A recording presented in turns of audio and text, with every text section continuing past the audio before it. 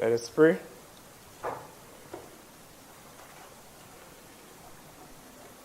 Father, we come before you today once again to ask for your divine mercies upon our proceedings. We ask you now that as we go into debate, you bless each and every member and eradicate their nerves this morning. In your Son's name we pray. Amen.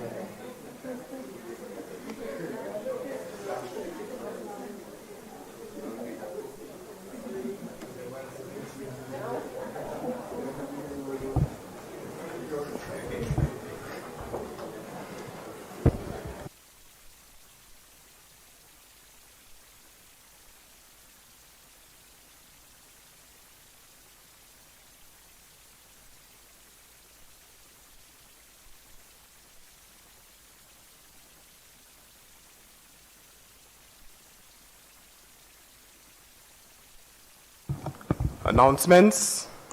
Good morning, honorable members. Let me first bid you a happy belated Youth Month. We know that originally, and to the young people of St. Lucia, we know that originally we were supposed to meet in April, but due to circumstances, we are here in May.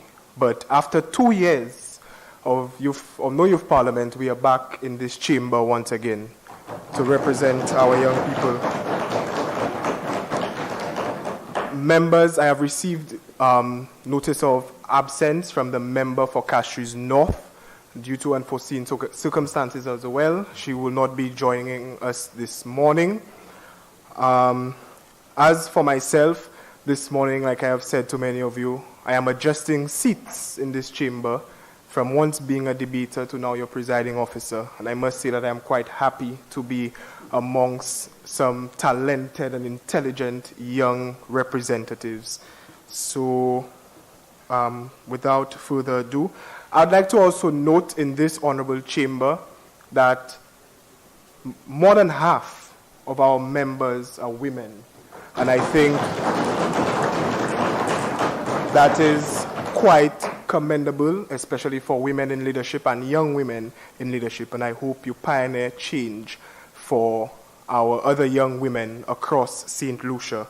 I would like to recognize the installation of the Micoud Youth and Sports Council and the Monrepo Youth and Sports Council, as well as the National Students Council Interim Executive. I also have received notice that Senator the Honorable Siana Dalso, a senator in our upper house, is the interim president for the National Students Council. I've also received that the member for Castries Central is the vice president for 1 to 4 on the National Students Council interim executive. So, member, it's too early. So, thank you very much, members.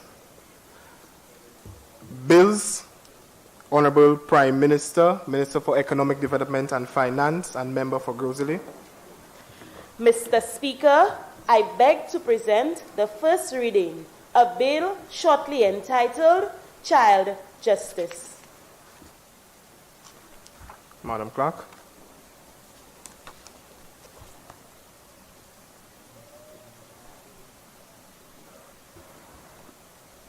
Child Justice Act. Honorable Prime Minister, Member for Economic Development and Finance, Member for Grosley.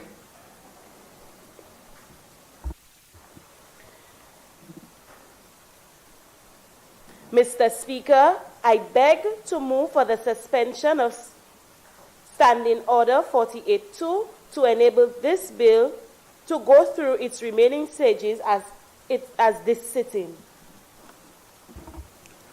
Honorable members, the question is that Standing Order number 48-2 be suspended in order to allow the Honorable Prime Minister to proceed with the remaining stages of this bill at this sitting. I now put the question. As many as are of that opinion, say aye. Aye. As many as are of the contrary opinion, say no. I think the ayes have it. The ayes have it. Leave is granted. Proceed, Honorable Prime Minister. Mr. Speaker, I beg to move for the second reading a bill shortly entitled Child Justice.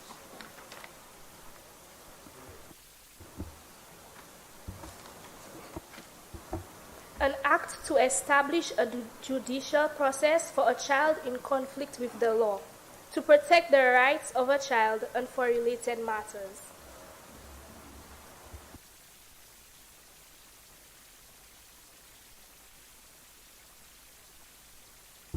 Honorable Prime Minister.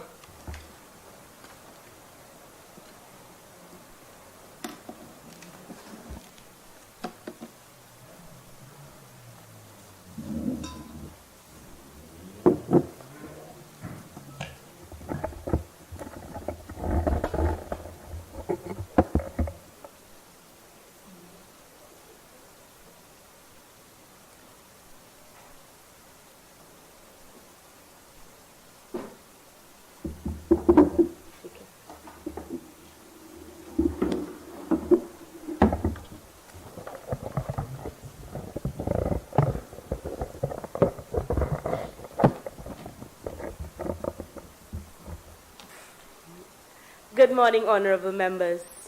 Through you, Mr. Speaker, I would like to make it known to my colleagues that the future of the justice system for all children in St. Lucia is in our hands today. We have been graced with the responsibility of strengthening the criminal procedures of St. Lucia by analyzing the assessment, inquiry, court proceedings, and diversion processes for children who, in one way or another, has come into conflict with the law. You may ask what this is. Mr. Speaker, the Convention of the Rights of the Child 1986 voiced in detail in Articles 37 and 40 that children in conflict with the law have the right to treatment that promotes their sense of dignity and worth.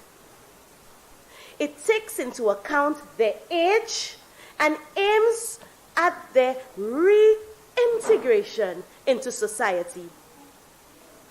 The Convention of the Rights of the Child 1986 also recognized that placing children in conflict with the law in a closed facility should be the last measure of resort and should be avoided whenever possible.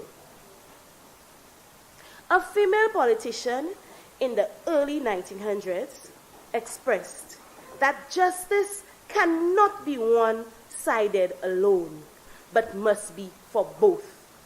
We as a government must understand that yes, there may be a situation where a child may have done something which is wrong, but we have to be open to understanding the situation at hand.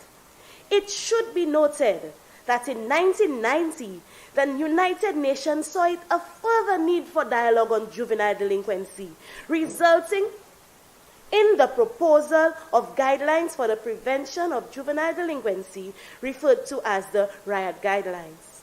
Mr. Speaker, in this assembly, members reminded individuals of the need to develop national, regional, and international approaches coupled with strategies for prevention of juvenile delinquency. Our purpose here today of debating this child justice bill is because of these initiatives stated from 1989 and 1990. We are here today posing this question because of what was discussed and what was identified as a need. You may ask, Mr. Speaker, what the term children in conflict in the law actually means. This refers to anyone under the age of 18 who comes into contact with the justice system as a result of being suspected or accused of committing a crime. But believe it or not, most children in conflict with the law have committed petty crimes. Mr. Speaker, such as minor offenses of vagrancy, truancy, begging, or alcohol use. Notably, Mr. Speaker, some of these are known as status offenses, meaning that if we were adults, we would not be charged for these offenses, but children are recognized as being in situations because of it. Hence, as a government, we share the view that we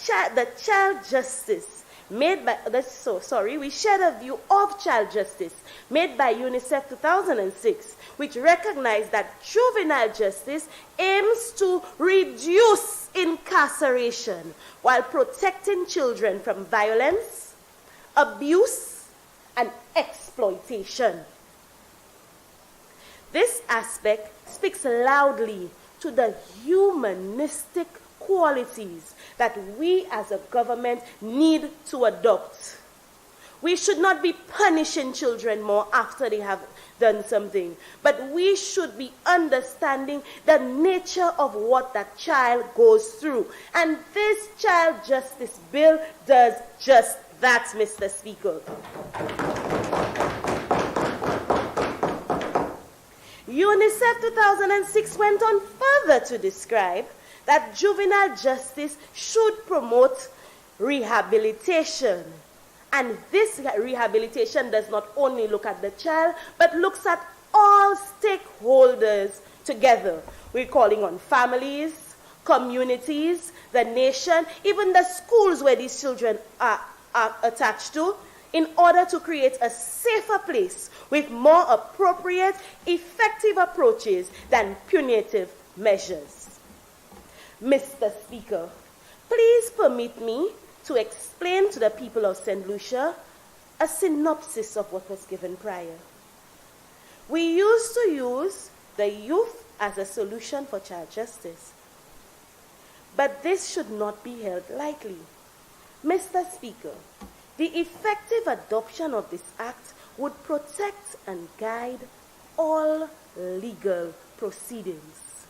From the beginning, when the child is recognized as committing an offense and an officer begins the process, this child, through this act, will have the rights of a probation officer and their parents, if they do choose so, if the parents choose deem fit, to begin the process of assessment with this child.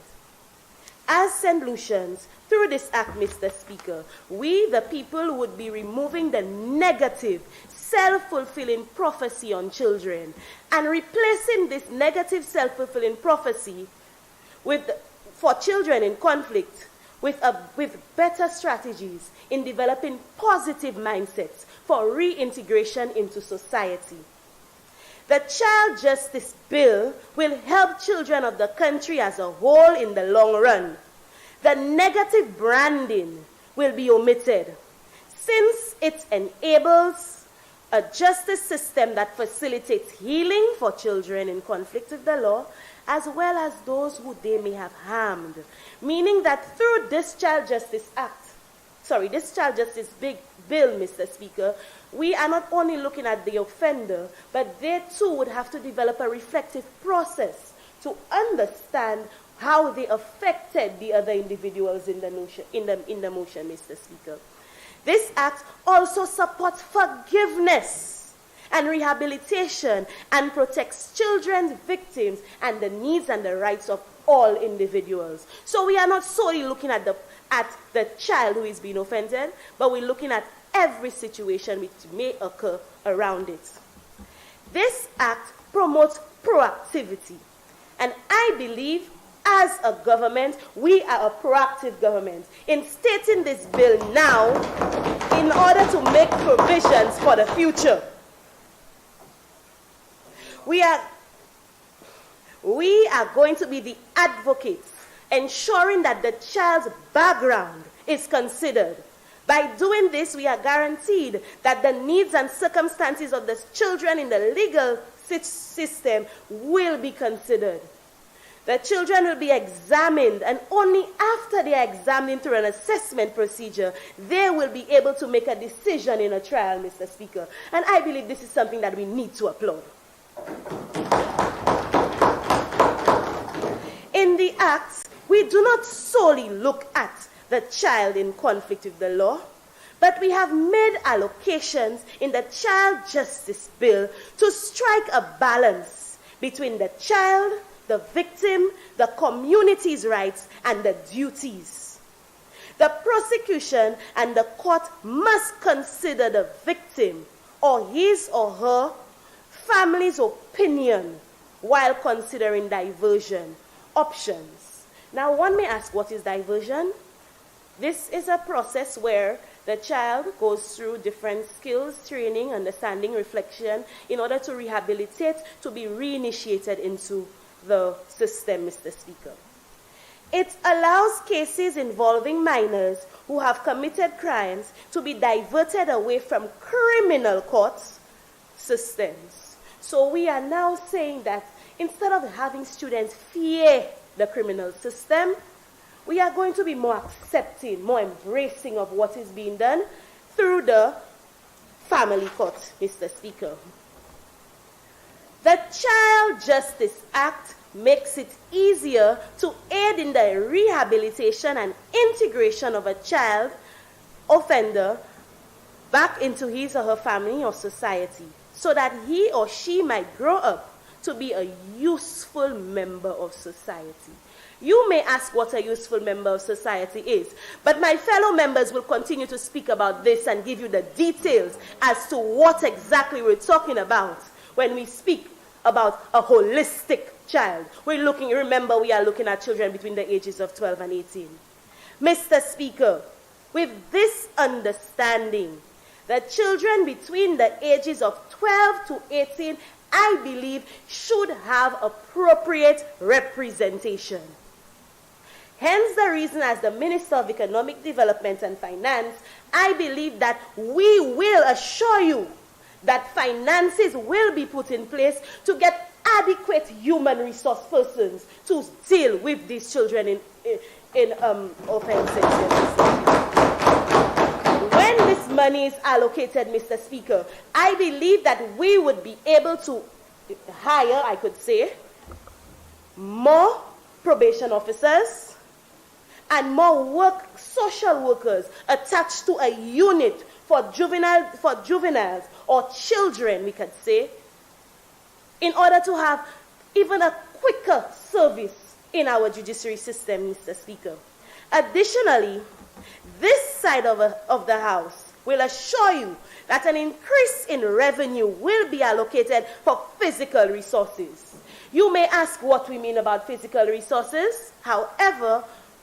You may ask what we mean about physical resources, and we are looking at situations of availabilities of kits for students to be able to, for children, to be able to expose themselves to different skills, availability of videos, availability of basic needs that these children who also may be endangered, who also may be affected, receive what they need, Mr. Speaker. And all of this is in a purpose of developing the students through diversion processes. The words of Pope Francis, a little bit of mercy makes the world less cold and more just. We, on this side of the House, Mr. Speaker, respect children as individuals.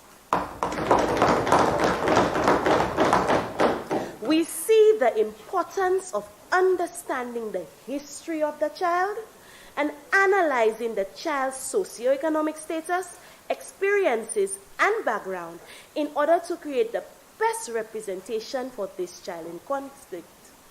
Mr. Speaker, I assure you that adequate financial decisions have been made to consider the training of probation officers to deal with these ticklish matters which may come up when dealing with children in conflict, Mr. Speaker.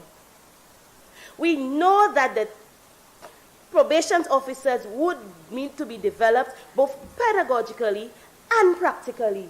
And we are ready to make the decision to put that money in to train our probation officers properly so that our children will be able to receive the best representation. Part 2, Section 7 speaks directly to the availability of a secure residential facility. We are aware presently that the Boys Training Center is our only facility registered. Honorable Prime Minister, you have 15 minutes in which to conclude your presentation. Thank you very much. We are aware that the Boys Training Center is the only facility we have presently in relation to dealing with child justice. And we know that there are some situations at the Boys Training Center which needs to be developed. As a result, we have recognized this importance and have made a deliberate effort to put allocations in place to create residential facilities which would be able to not just develop, not just create an institution, a physical building, but have the appropriate facilities, the appropriate skills, the appropriate strategies, appropriate programs within the facility. And the money for this has been allocated. Our ministers will be continuing to discuss that, Mr. Speaker. It is not an act just for a child, but rehabilitation for betterment of our island. We want to see the change in young people. We need to show the young people of St. Lucia, Mr. Speaker, that we have faith in them, that we know that they can do better, Mr. Speaker. Only when we show them that we have the confidence in this bill that we are debating today, Mr. Speaker, that they now can see that we have allocated the finances, we have looked at all their aspects, and are ready now to speak on their behalf, to push them forward, to forget about what was done before, and have them start on a clean slate as an entire community. Victor Hugo, a famous writer, once said, "Being good is easy. What is difficult is being just." The heavy emphasis on diversion in this Child Justice Act asks for all community members to be part of the rehabilitation process for children who may have been involved in conflict with the law. Mr. Speaker, I beg to speak to persons of my constituency of Grosile for a moment. Jagozile, from the top of Cap Estate to Grand Riviere, we too must play our part in this child justice bill. We can do this by assisting in community service for the children who need to be fully inclusive back into society. I plead that we do not adopt a name-blame demeanor, but instead open our business establishments to welcome these individuals back to welcome these individuals during the rehabilitation process if approached by the Child Justice Unit. People like Miss K from Red Dot, Calvin George from the community of Grosile, a businessman, Mr. Troy Nestor, the principal of Moshi RC Combined School, can be selected as leaders in society to help the rehabilitation process of children who we see can do better. We need to play our part. Mr. Speaker, Pasquet. Remember, I'm seeing you go into French now. Yes. That's why. Right. Mr. Speaker, Pasquet, l'année a chay chamay qui kay bénéfice from loi ça, mais tout pays a cette ici, cha bénéfice from même loi ça, si nous venir ensemble et décider hodia pour faire by pour tête ici. I believe as a youth parliament, as a government, we should agree to this bill and we should pass it. Thank you very much.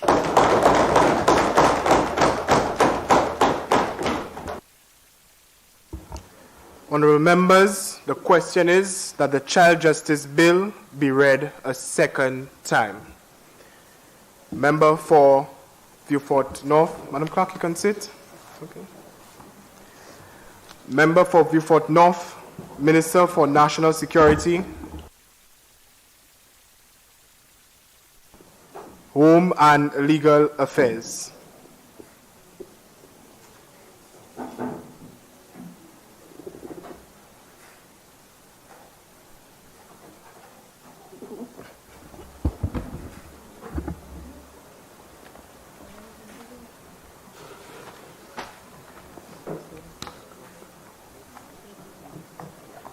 Thank you, Mr. Speaker. Ladies and gentlemen, members of Parliament, good morning. Mr. Speaker, as I humbly rise to provide my contribution to this debate, it would be remiss of me to not give gratitude first and foremost to the Lord Almighty God. Also, Mr. Speaker, we, the youth government, wish to thank the Ministry of Youth and Sports for affording us such an opportunity to be part of this momentous occasion. You see, Mr. Speaker, opportunities such as these are pertinent because not only will it allow us, the youth, to contribute, but it will allow the national parliament to take note of what we, the youth, have to provide in any bill that is being tabled. Mr. Speaker, today we are here in this honorable chamber to debate the Child Justice Bill. This youth government believes that this bill is one of great significance because not only will it protect the rights of a child, but it will also instruct the courts and the legal system how a child should be dealt with when in conflict with the law, Mr. Speaker. Being the youth minister, that is, for national security, legal affairs, home and justice, I'm honored to say that this bill falls under my ministry. And I'm more honored, Mr. Speaker, that I have an amazing team of parliament members who will support me in ensuring that this bill will be carried through, Mr. Speaker. Mr. Speaker, for a moment, let us look at Part 2, subsection 6.1 of the bill. It states, and I quote, "The minister may designate and maintain by the ministry or under an agreement with a voluntary organization a place of assessment for the temporary reception." Beg your pardon, Mr. Speaker? I'm asking which part of the bill were you making reference to? Part 2, subsection 6.1. And I quote, "The minister may designate and maintain by the ministry or under an agreement with a voluntary organization a place of assessment for the temporary reception of a child in conflict with the law prior to or pending the completion of initial inquiry regarding this child under this act." You see, Mr. Speaker, members opposite are of the opinion that we are a government of autocracy and not democracy.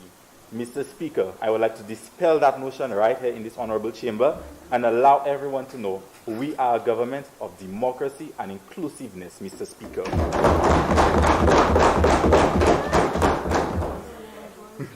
Mr. Speaker, it would be remiss of me to not make a recommendation in this part of this bill, Mr. Speaker. The recommendation we propose goes, and I quote, Mr. Speaker, "The minister may designate and maintain by the ministry through advisement via an independent advisory council," end quote. Mr. Speaker, in essence, we are saying that the minister should not have full autonomy in making such a decision as to where a child should be placed in a secure residential facility. We are proposing that the minister can make that recommendation, but it must be from an independent council, one which includes all stakeholders throughout the region, throughout the nation, Mr. Speaker. Again, we note, Mr. Speaker, we are a government of inclusiveness and not autocracy. Mr. Speaker,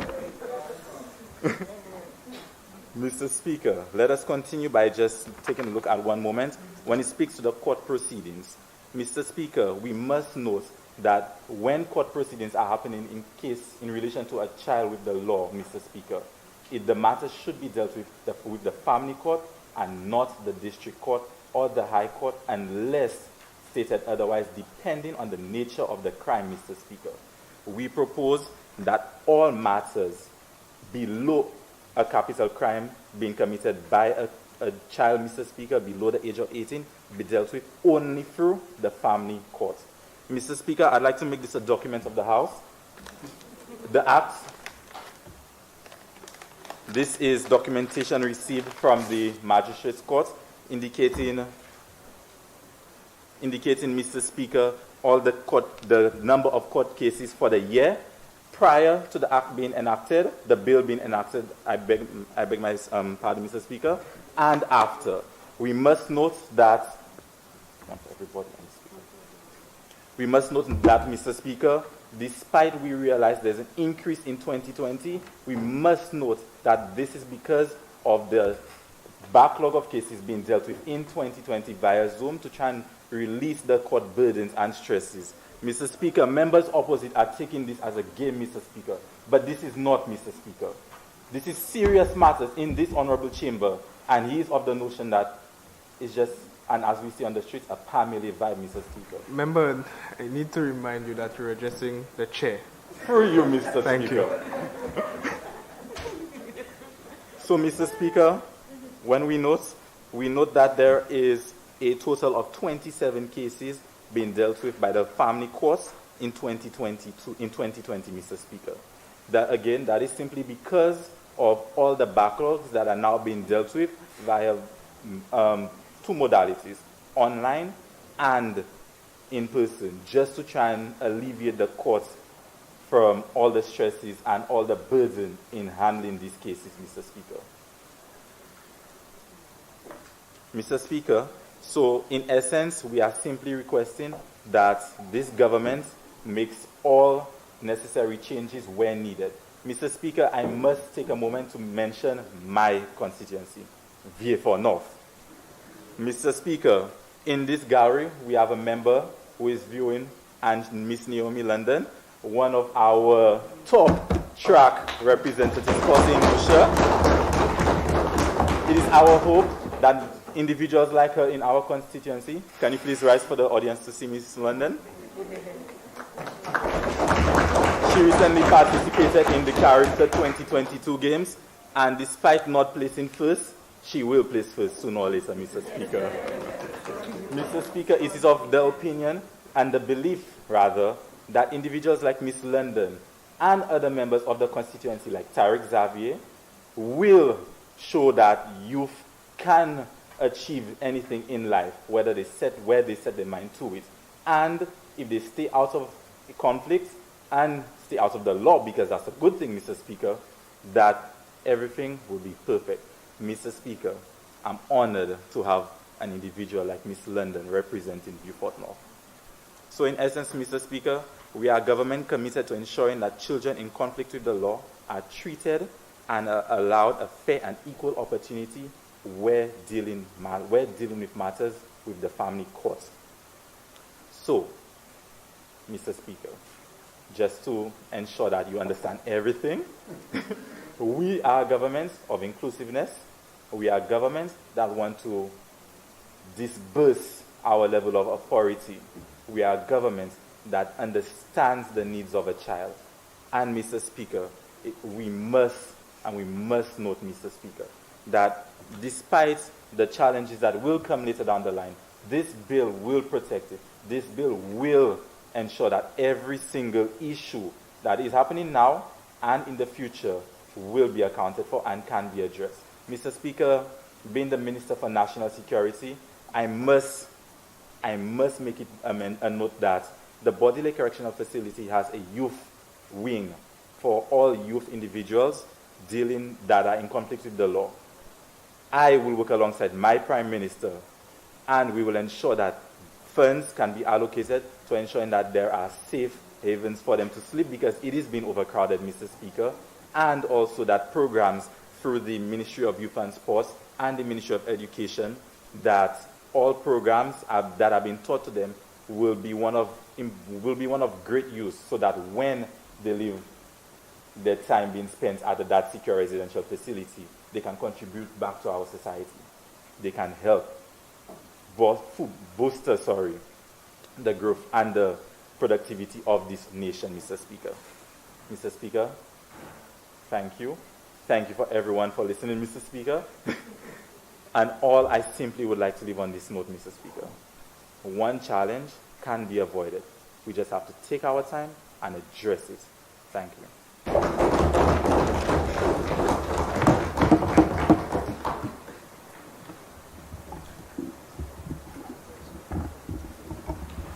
Member for Denry South, Minister for Health and Wellness.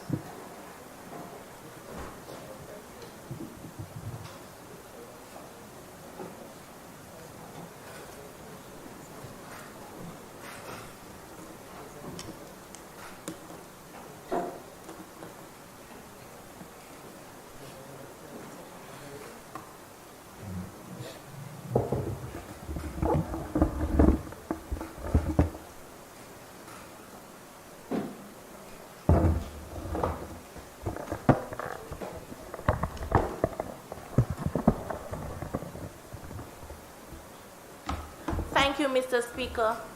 It is a pleasure to be here this morning, especially with my colleagues in this honorable House. Mr. Speaker, I stand here today in symmetrical alignment with the cause of justice for the sector of the population defined by the World Health Organization as adolescents. These are the people between 10 and 19 years of age.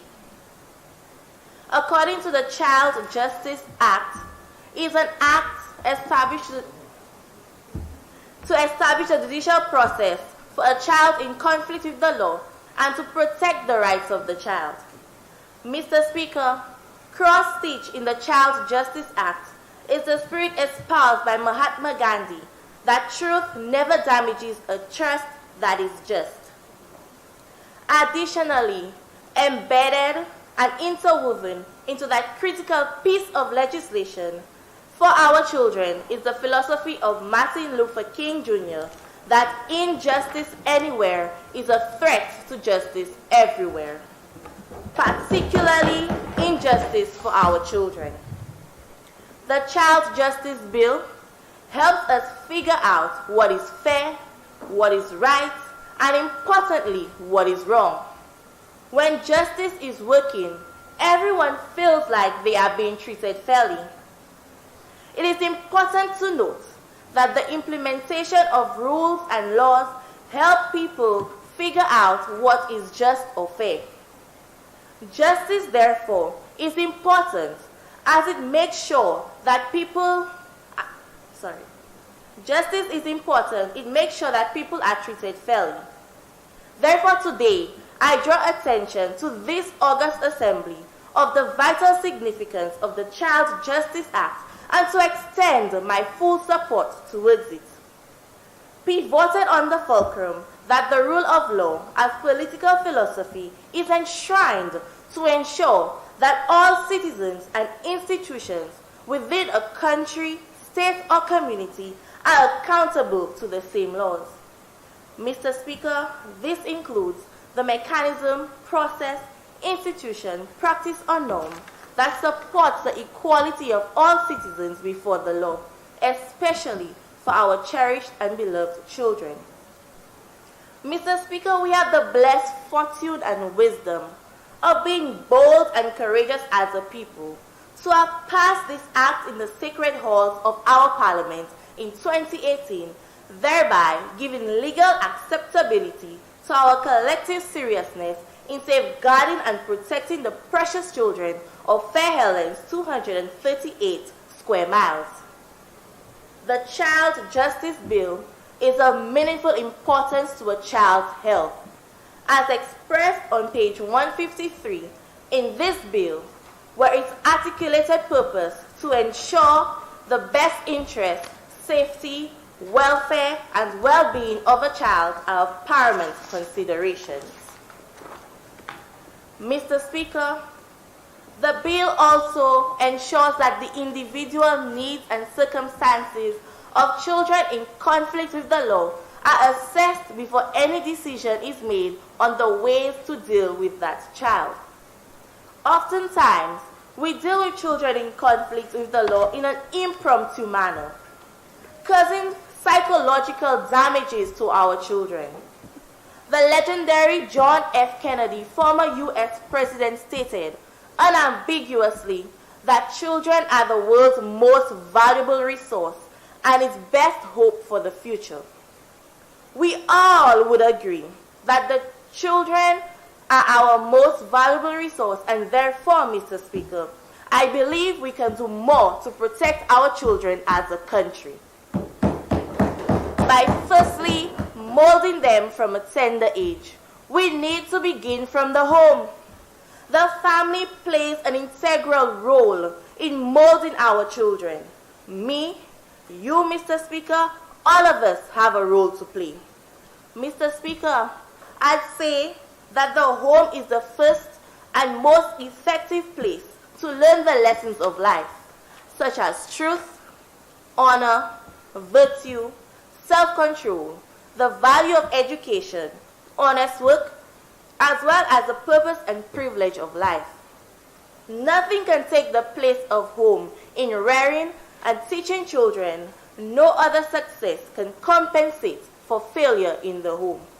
This is why, Mr. Speaker, from the home we need to continue to instill the proper educating techniques for our children, starting with the basics, to ensure that we teach them not to entertain conversations with people unknown to them, the good touches and the bad touches. We need to teach them the need to establish consent, seeking permission from their caregivers. It is of great importance, especially in sexual health of a child, that can be taught at any age. Teach them to note that their voices matter and they have choices too. Also from the home, we need to have better parental control and supervision. Caregivers need to assume responsibility for the children's safety, attend to the child, watch, listen, especially with the use of social media, which is the known platform for cyberbullying and human trafficking.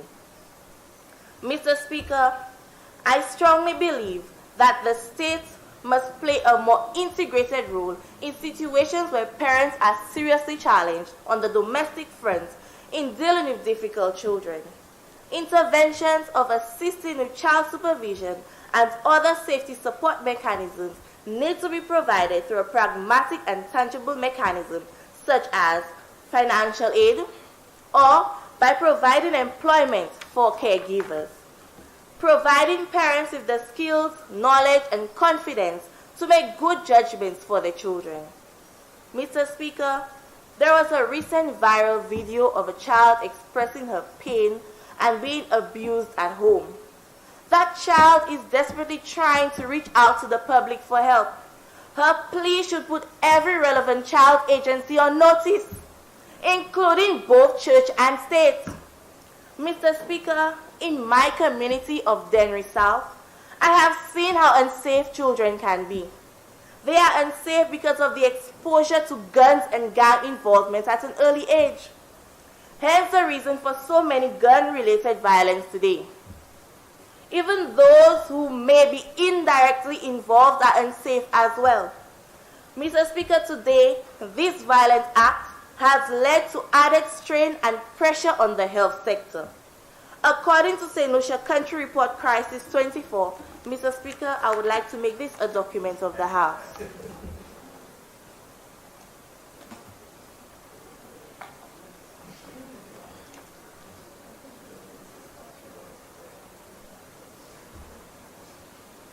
As of 2021, St. Lucia has recorded approximately 74 individuals who have assumed a lifeless horizontal posture, dead, Mr. Speaker, most of which are young people. Several young people are being nursed on a daily basis, either from a puncture wound, laceration, or gunshot wounds. This indeed is frightening at best and worrisome at worst. This concerns and worries me too as a young person, and I am certain that it is equally alarming to you, Mr. Speaker, as I can tell by your solemn demeanor today. Those are the things we need to instill in the homes as well as classrooms. Mr. Speaker, in my honest opinion, the behavior of an individual who is at risk for developing violent tendencies, such as personal choice, educational background, meaning the inability to gain the required level of education, not forgetting peer pressure, abuse in the home, and cultural shaping and resiliency. The challenge, according to the United Nations International Children's Emergency Fund, UNICEF, is to recognize that violence threatens not only children's survival and health, but also the emotional well-being and future prospects. We can't just protect our children physically. What about their mental health? How are we dealing with the mental health of our children who are castrated? The children can be affected, their siblings, families, psychologically, so we need to place much needed support for their peace of mind. This poses a strain on our counselors today. Children are distraught, unfocused in the classroom today. It may be their colleague or family member who are the victims of such acts. Member, you have 5 minutes in which to conclude your presentation. No problem. Sorry, turn on your mic. I accidentally. Yeah. Turn on your mic.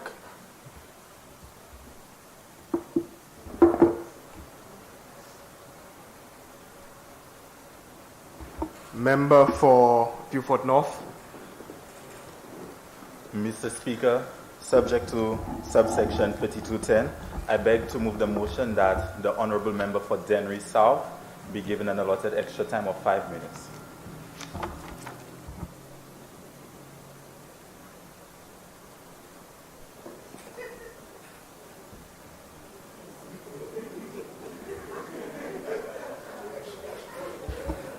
Members, the question is that Standing Order 4210 be invoked to allow the member an additional 5 minutes in which to conclude a presentation. I now put the question. As many as that opinion say aye. Aye. As many as of a contrary opinion say no.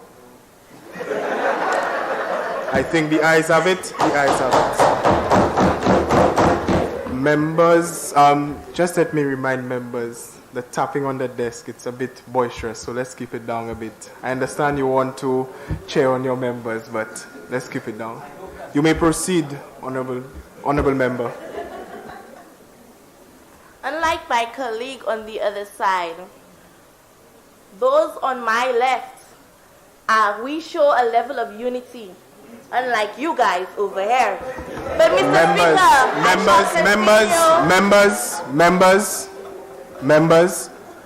Remember you address the chair.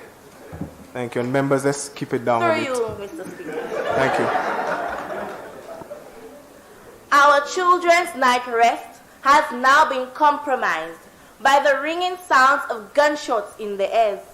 Mr. Speaker, let us provide some much-needed support for our children so that they can receive the necessary counseling that they require, such as community counseling, as well as counseling at school and church. Let us hear and listen to our children's plea and give them the avenues to cope with those situations. The Child Justice Act has shown to be of much importance for the protection of our children. I want to infill with 10 things you can do to prevent child abuse as suggested by the Washington State Department of Children, Youth and Family. Once again, Mr. Speaker, I would like to make this a document of the House.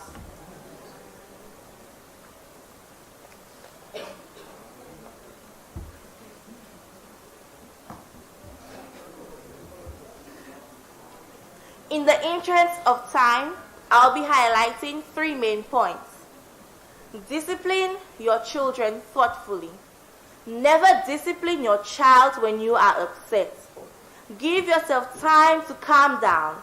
Remember that discipline is a way to teach your child. Use privileges to encourage good behavior and timeouts to help your child regain control. Examine your behavior. Abuse is not just physical. Both words and actions can inflict deep, lasting wounds. Be a nurturing parent. Use your actions to show children and other adults that conflicts can be settled without hitting or yelling. Teach children their rights. When children are taught they are special and have the right to be safe, they are less likely to think abuse is their fault and more likely to report an offender. Mr. Speaker, the task is to maintain the resolve and determination to tackle violence against children, as it must be embedded in everything we do, recognizing that it is everybody's business. We must support measures to prevent and respond to violence against children across the nation, breaking the silence on this hidden issue and transforming attitudes that allow it to persist. Mr. Speaker, I wish to conclude by calling on all partners and institutions to join in the fight against child violence and abuse. We need to work hard to reduce violence at home, at school, in the community, and on social media platforms. We need to break the silence on this hidden epidemic. I thank you.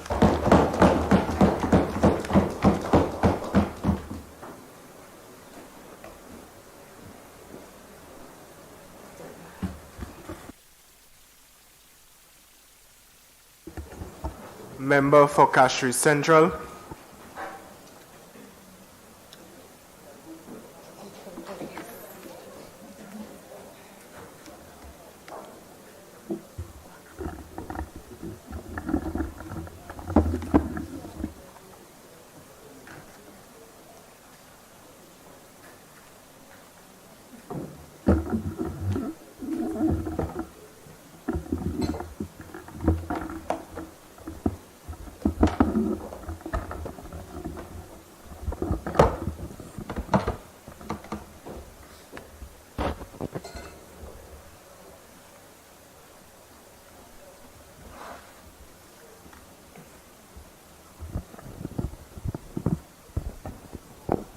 Mr. Speaker,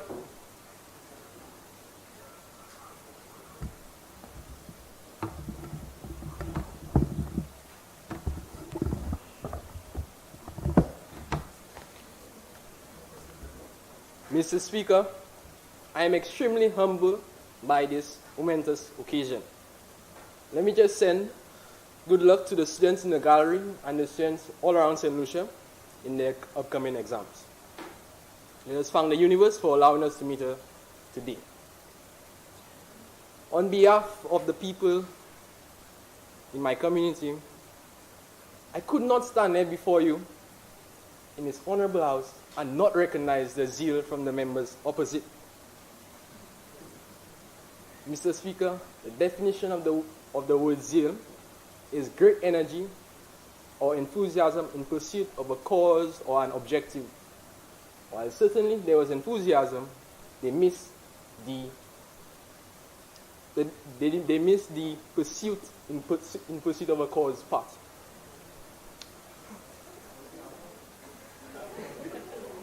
The opposition certainly agrees with the sentiment of the bill that has been put forth today, but we are questioning some of the areas of the bill, and we are surprised at the fact that it is missing several aspects that deal with the well-being of children, the development, and this shows the complete disregard for the children, for the future in St. Lucia. It is our pleasure, on behalf of the youth of St. Lucia, to provide solutions and recommendations to the issues we are highlighting today.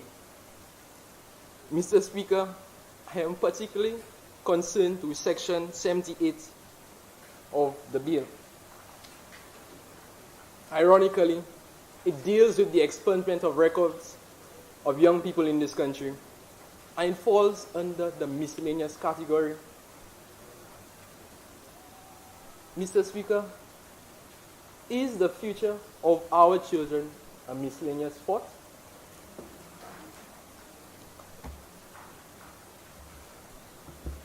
But let us move into the crux of this point. Remember, I don't want to maybe give a lesson in law today, but I think you may be a bit off with the meaning of miscellaneous. And I think that maybe the same way that you would have get the definition for zeal, you should get it for miscellaneous. So, member, go accordingly to the bill. I thank you, Mr. Speaker. I will certainly get that for you.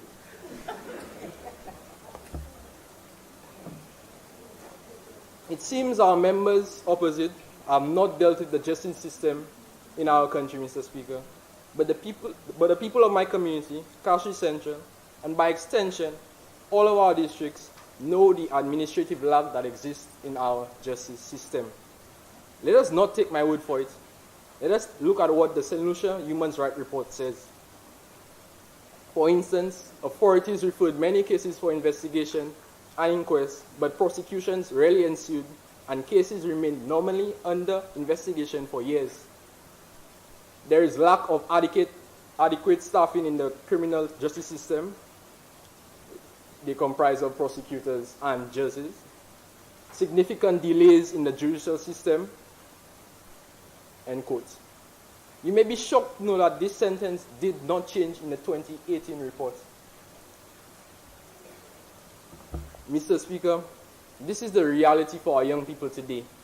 It is a concern for children that has been through the system. They are concerned for their futures, Mr. Speaker. I know some of our members have students here, so they might not be familiar with this process. Most corporate jobs in St. Lucia require you to present a police record in addition to your credentials when you are applying to a job.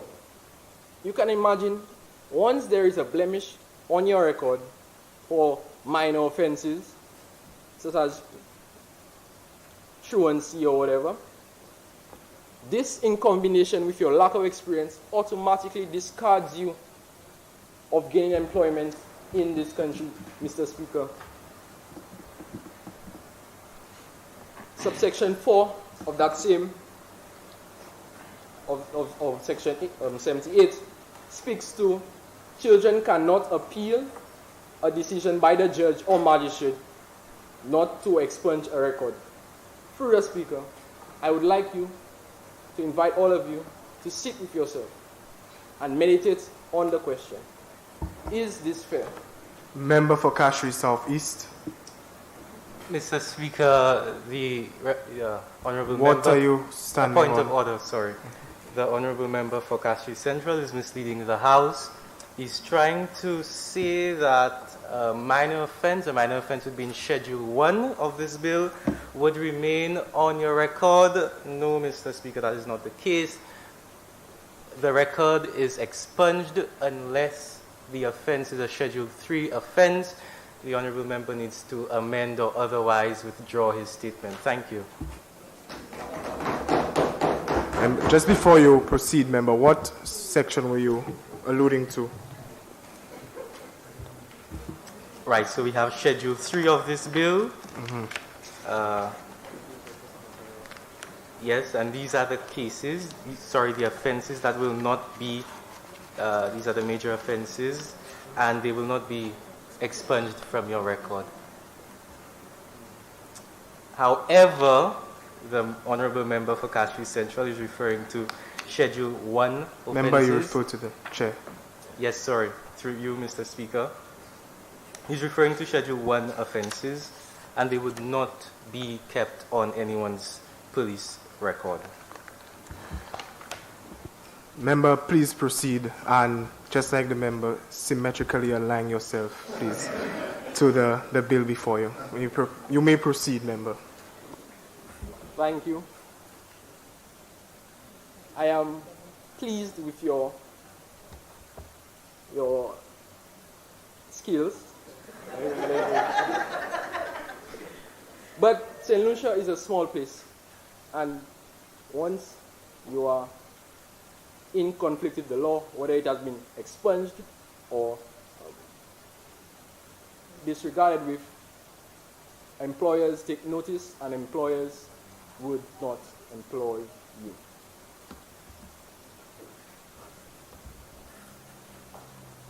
To put it simply, Mr. Speaker, if there is lag in the justice system, there is little or no hearings for children. And equal to that, young people can't get jobs, and the result of that is no income, and the result of that is poverty. Mr. Speaker, you can see how this metaphorical domino allows for our youth today to go into unnecessary careers such as crime and whatever. Secondly, before I start my next point, I would like to refer to the definition of the child. That is any young person called a child under the age of 18. Referring to Section 9, a police officer may apprehend the child in conflict with the law with or without a warrant. Focusing on the phrase with or without a warrant. We notice that police officers hold tremendous powers. With reason, police officers are the first call when something is wrong or a crime has taken place, but with great power comes with great responsibility. Oftentimes, there's people that have been charged with possession of small amounts of illegal drugs, and most of the time it is marijuana in my community. Mr. Speaker, we have decriminalized small possessions of marijuana in St. Lucia in recent times. While this is a step in the right direction, children who have been charged is now considered a child under conflict with the law, granting police officers the right to apprehend that individual with or without a warrant. Now, Mr. Speaker, I know there are honest, hardworking, and sincere police officers, but there are the vindictive, the rude, and ill-mannered officers that roam the streets of St. Lucia. In the grapevine, there are stories of police officers apprehending individuals because they did not like what they said, or they felt disrespected, but will take away our right to speak under the loophole of that they are a child in conflict with the law. I do recognize in some situations that police officers would need the ability to apprehend a child without a warrant. But we need to train our police officers to handle these types of situations and not result in them abusing their power as a police officer. Mr. Speaker, the Prime Minister, member for Grosley, made mention to finances that would be given to help the actions that have been done in the bill. But the Prime Minister did not mention any facts or figures that we can hold on to and the general public can say we have X amount of money for that amount. So, I would like to say that, through Mr. Speaker, she was a little vague in her presentation. Secondly, Mr. Speaker, the member for G4 North made mention to the backlog of cases, and he said that you will add an advisory committee and whatever to, help with the backlog of cases. But all this adds to is the administrative lag that exists in our governments and in the justice system. He also said, Member, you have 5 minutes left and we should conclude. He also said, if you put your mind to something, you can achieve it. While that is something I certainly agree with. But if our young people of today have stuff on the record that have been done when they are 16 and 18 years old, we cannot achieve what we want to do. Also, I would like to commend the member for Denry South for having such a wide vocabulary.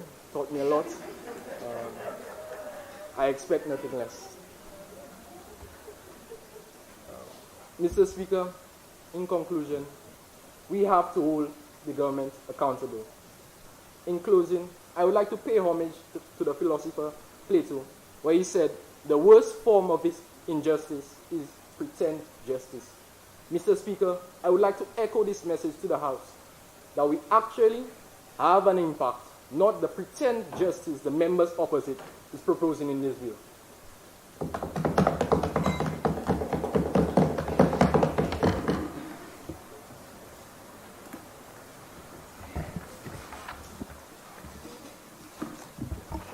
Member for Ansari Canaries, Minister for Youth Development and Sports.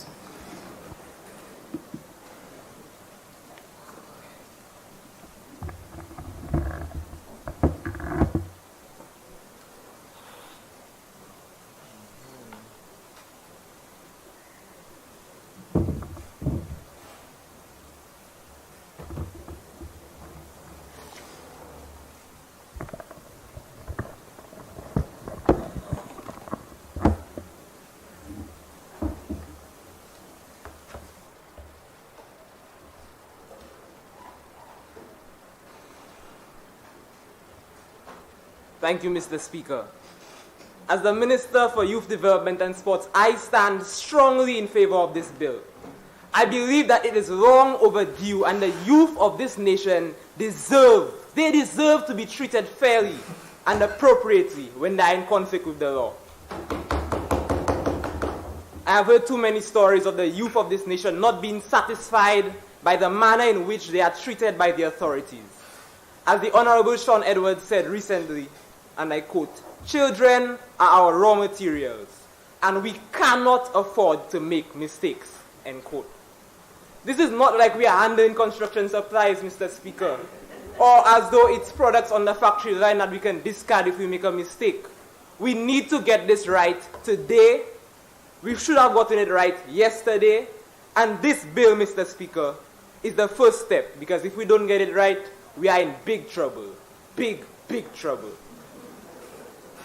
Over the past few years, and no doubt with the rise in social media as well, we have witnessed a rise in conflict between our youth. Conflict, by definition, is a state of disagreement or argument among people. And we have clearly seen, even over the past few months, a rise in conflicts even in our city center.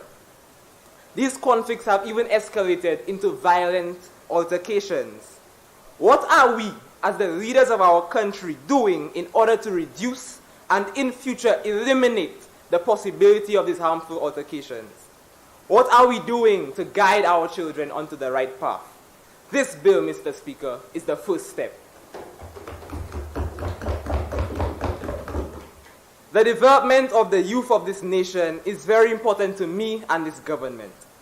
As a matter of fact, I believe that a nation without youth is a nation without a future.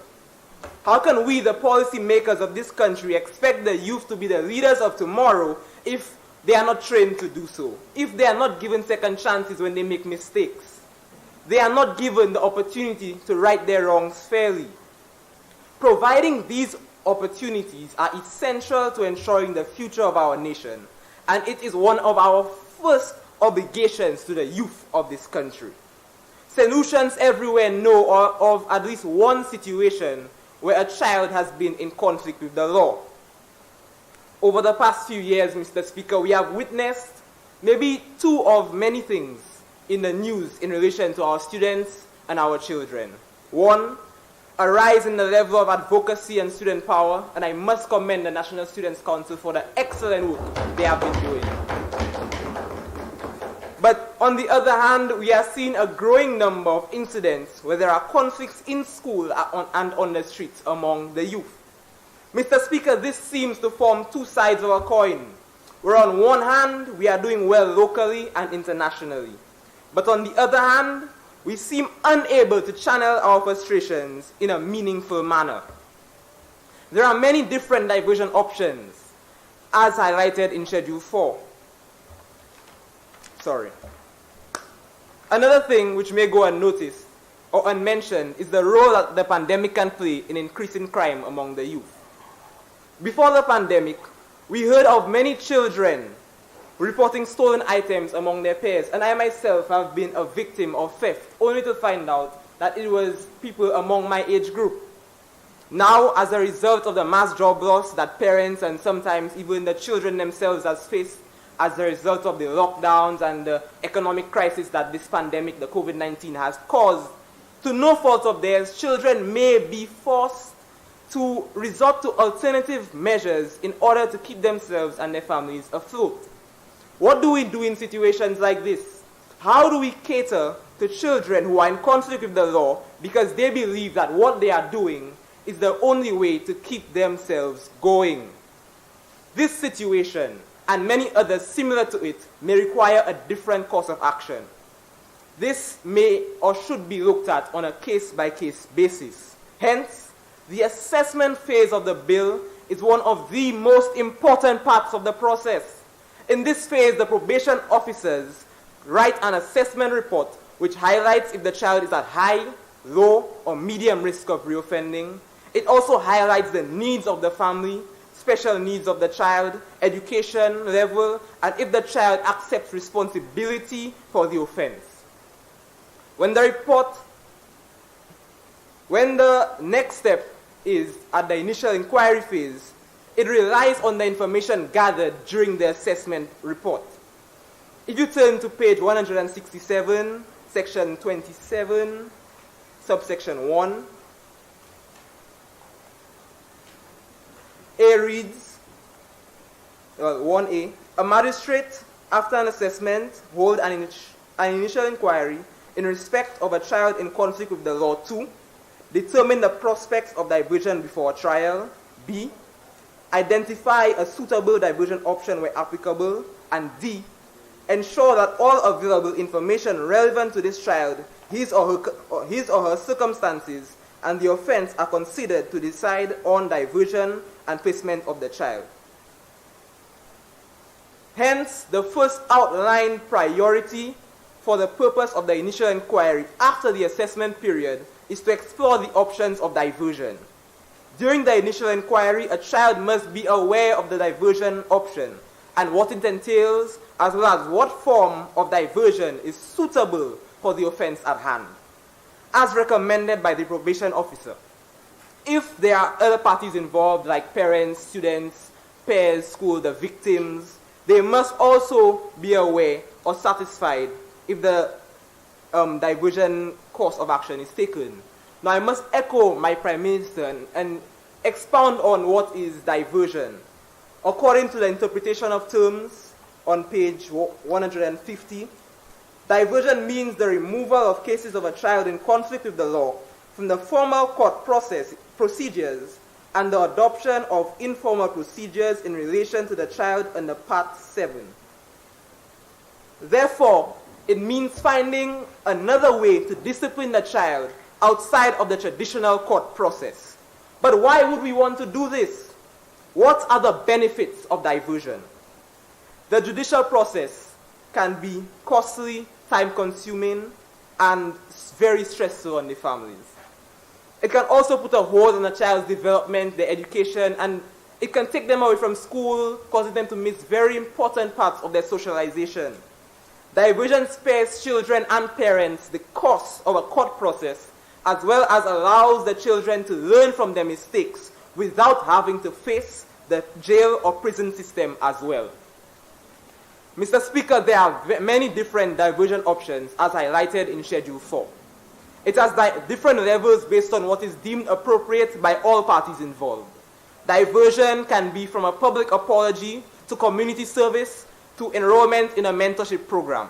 However, what I want to highlight today is the role of the Boys Training Center, Upton Garden Girls Center, and other mentorship programs can play in the development of children in conflict with the law. I have seen firsthand how a second chance can change someone's life. I have seen peers of mine, Mr. Speaker, make unwise decisions, putting themselves and others at risk. But when given a second chance and placed under mentorship programs and guided by groups like the school peer counselors, they have helped them become some of the most disciplined and responsible people I know. We have seen on the news how children in the Boys Training Center have uncovered skills in various fields like sport, agriculture, and music. The diversion option enables children to refine themselves, and it makes them feel like they have a contribution to make in society. Now, I am very proud of my constituency of Ansari Canries, and I must commend a young man named Lazaric Montoot from the village of Ansari. He's a graduate of the Aggression Replacement Training at Boys Training Center. He has gone on to love boxing and football, and even getting opportunities to travel abroad as a result of the diversion program. He has expressed how diversion and the opportunities he has gotten has changed his life, meeting new people. And how can we hold someone like that to, after they have finished the diversion process? How can we hold them and say that whatever they have is held against them for the rest of their lives? That is why expungement is necessary. We need to give them a second chance. The traditional school system can be very easy to some, but impossible for others. Then what do? They look for other means of success or survival, and we need to show them that there is another way. Remember, you have 5 minutes left.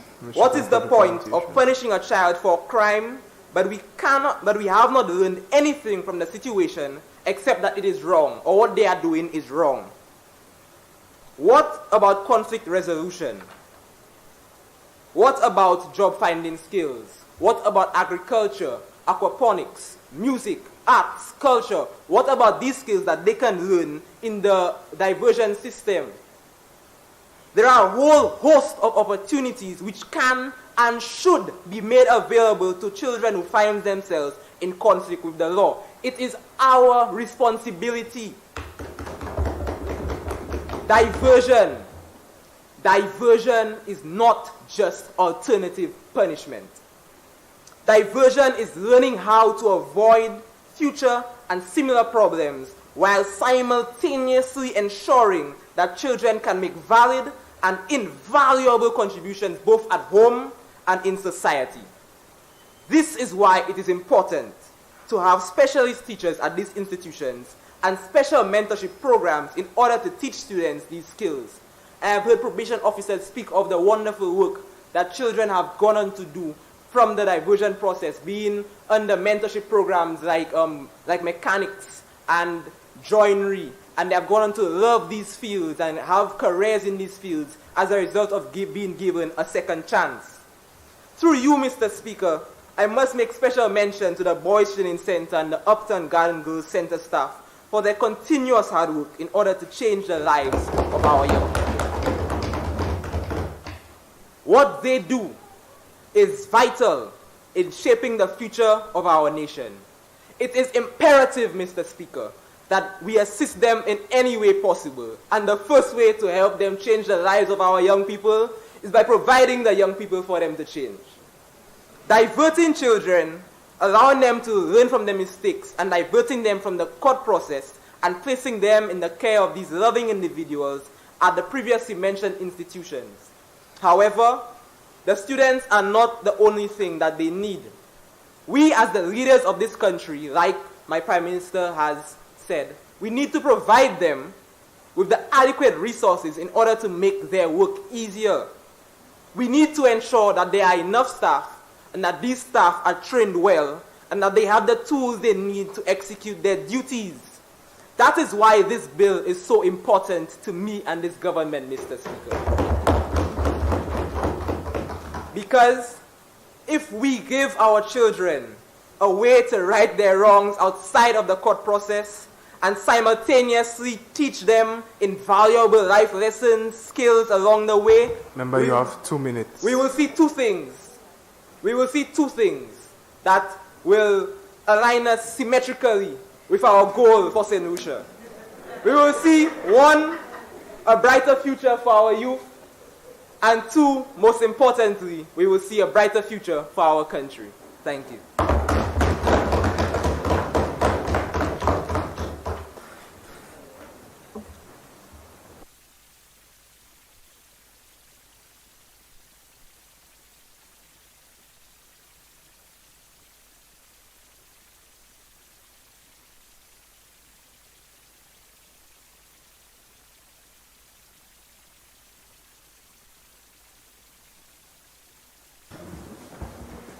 Member for Micoud North, Minister for Education, Innovation, Sustainable and Human Resource Development, Science and Technology.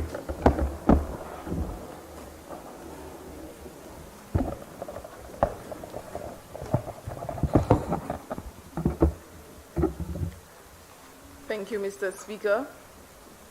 As I rise in this honorable house, I would like to take the opportunity to welcome everyone who has gathered here, those listening via live stream, my constituents, and special mention of my grade 3 class of the Mikud Primary School. It gives me great honor to have been selected to represent the youth in the constituency of Mikud North. Mr. Speaker, as you may have heard, Mikud North is not only famous for our tea cuisine and the best simos on island, but is a community where youthful exuberance and talent is at its peak. For this, I want to commend the youth who continue to make strides in the areas of education, sports, entrepreneurship, music, arts, and culture. Mr. Speaker, today I will be sharing my views on the Child Justice Bill. Mr. Speaker, this legislation enacted as a measure of protection for children and to guide the judicial process of child offenders. I am especially elated, Mr. Speaker, not only because my ministry deals with children, but more specifically in my own realm as a teacher, where children are entrusted in my care daily. Whilst we may all have different perspectives on the matter, I stand in full support of this bill, primarily because it is balanced. Mr. Speaker, by balanced, I mean the main focus of the judicial process as it pertains to children should be rehabilitation. Whereas it is true that child offenders should receive fair punishment for their offenses, the priority of our judicial system must be the correction of our young ones while simultaneously transforming them into well-rounded and contributing members of our society. A judicial system with this as its priority will no doubt reduce the rate of repeat offenders.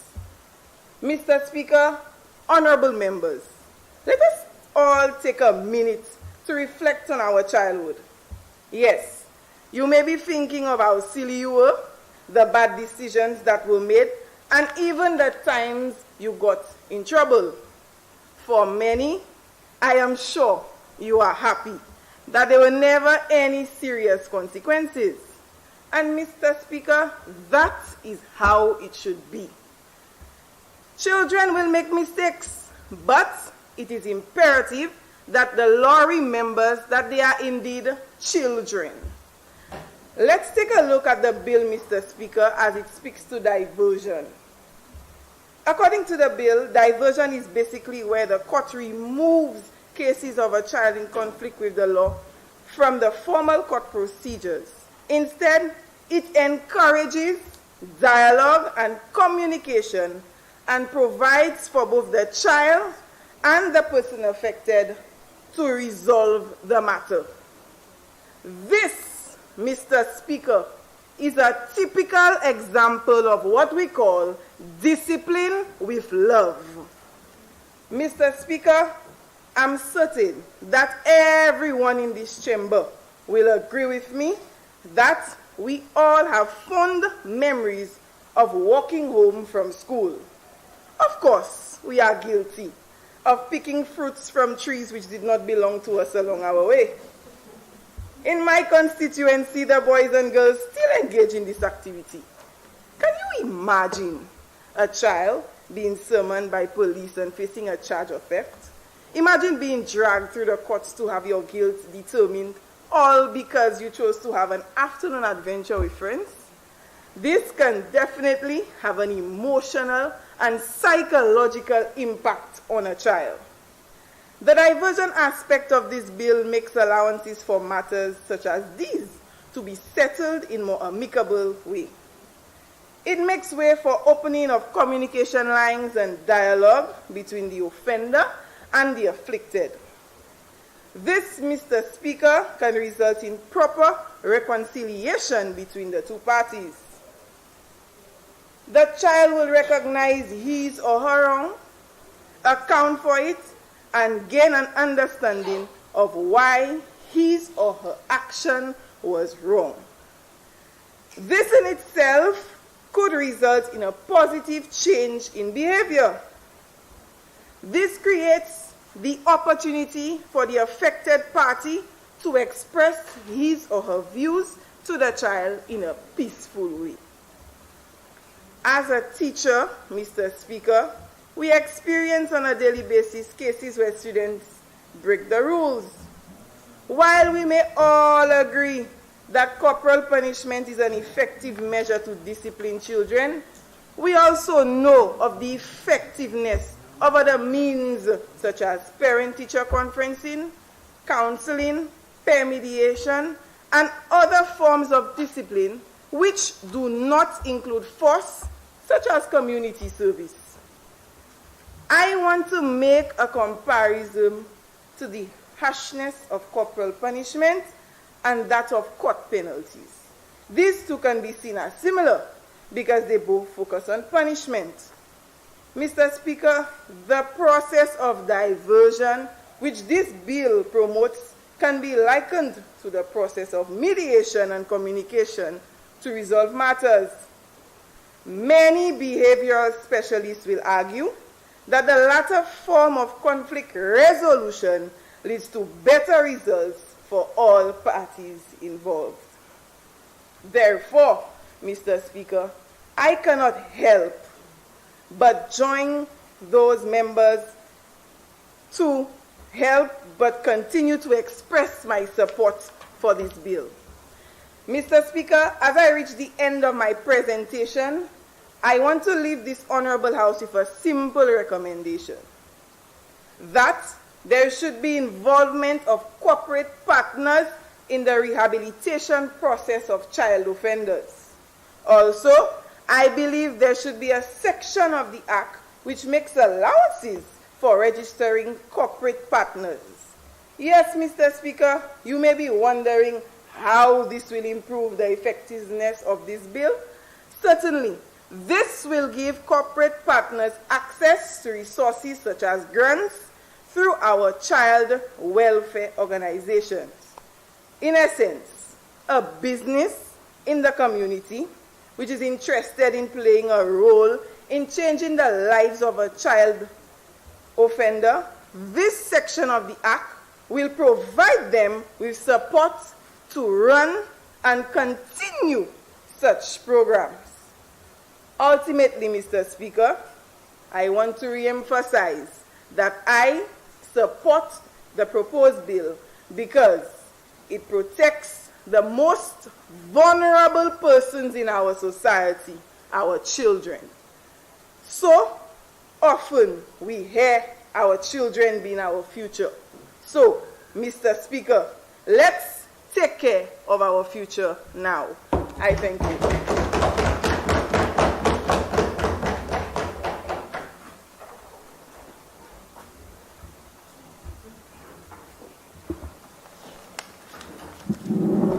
Member for Micoud South, Minister for Foreign Affairs, Investment and International Trade.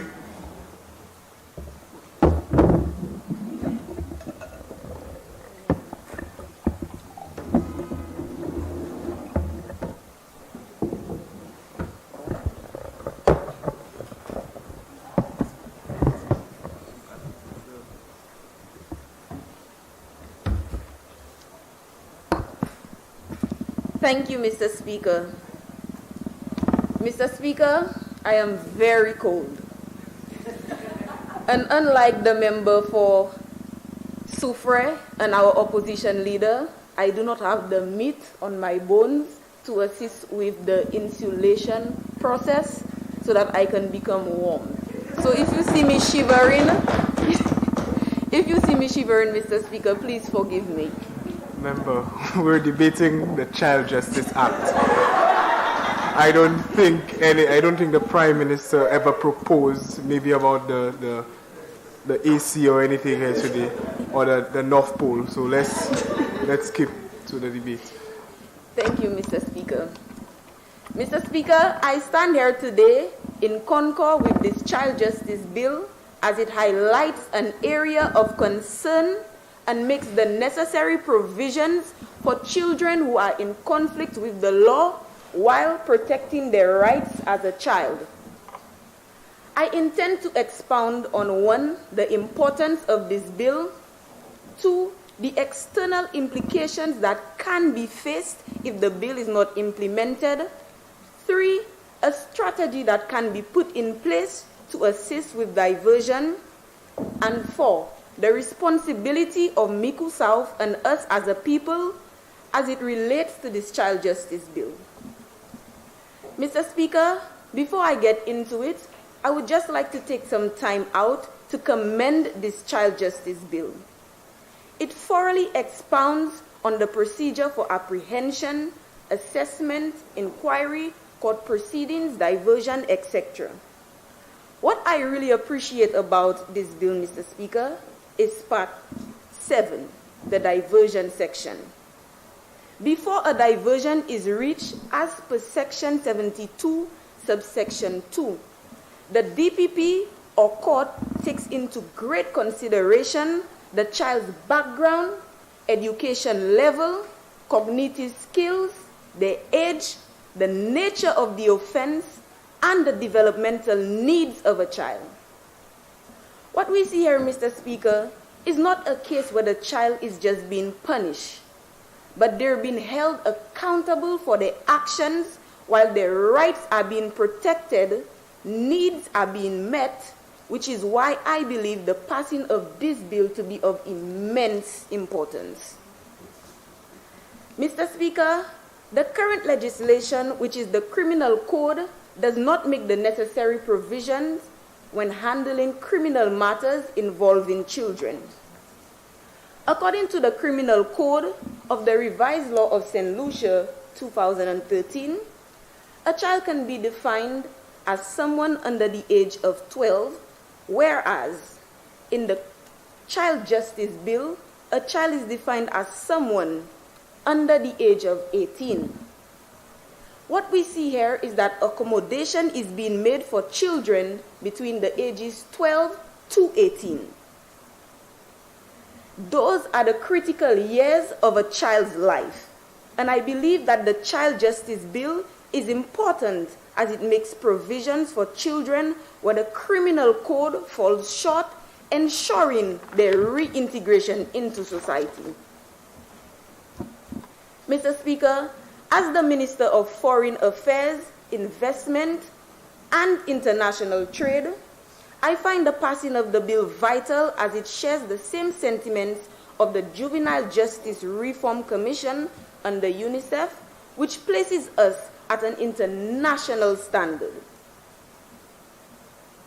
As we may already know, UNICEF stands for United Nations International Children Emergency Fund, and it's an agency that provides humanitarian and developmental aid for children all over the world.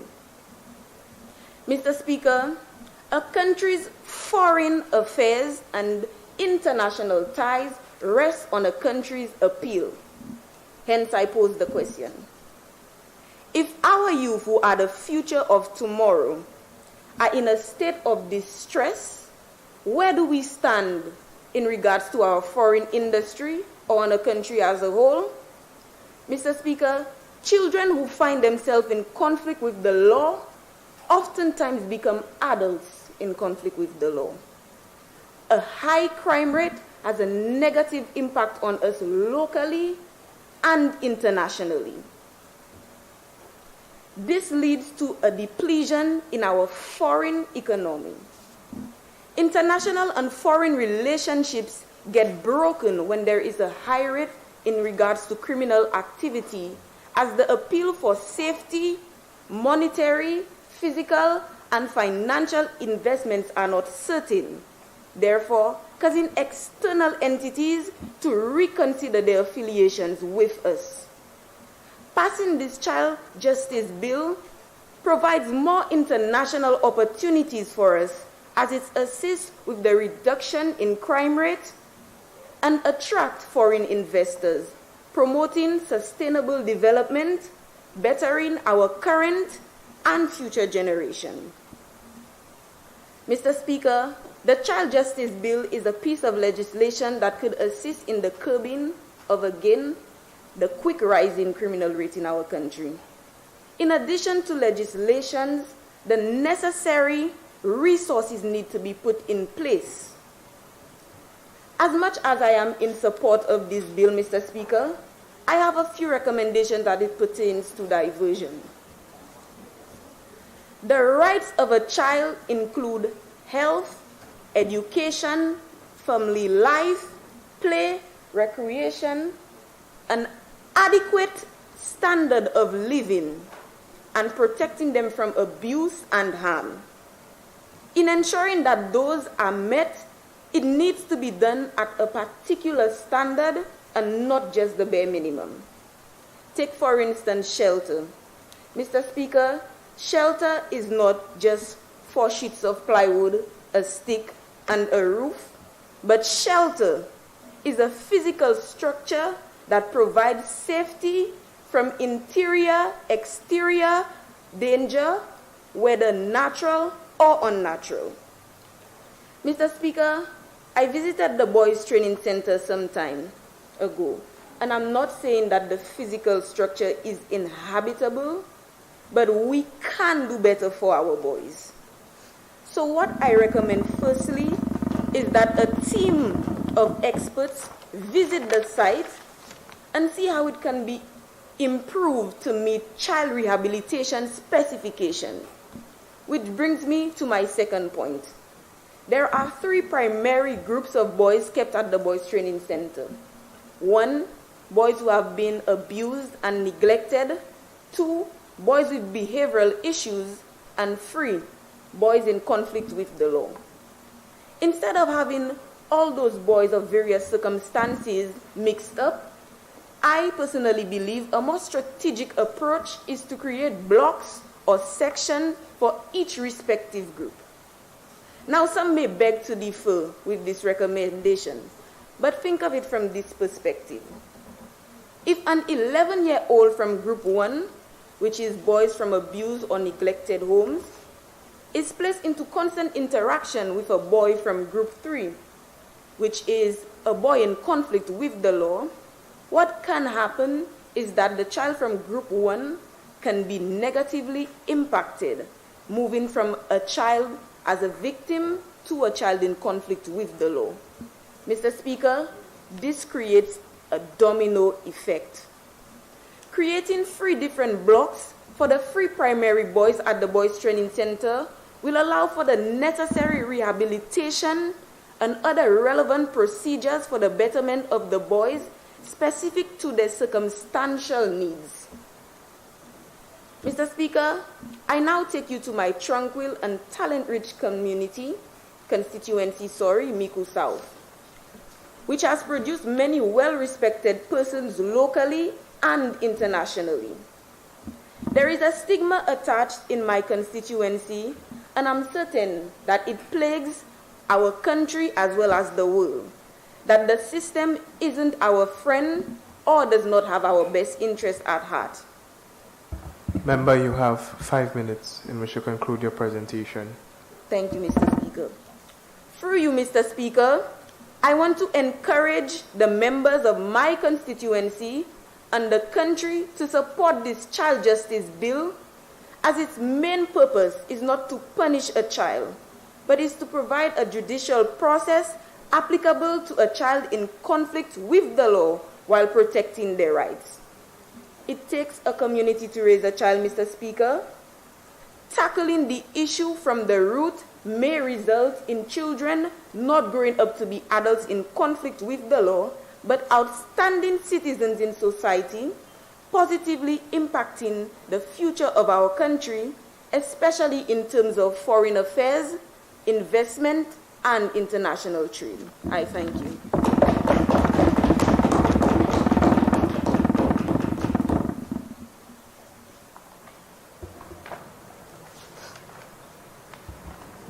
Member for Vieux South.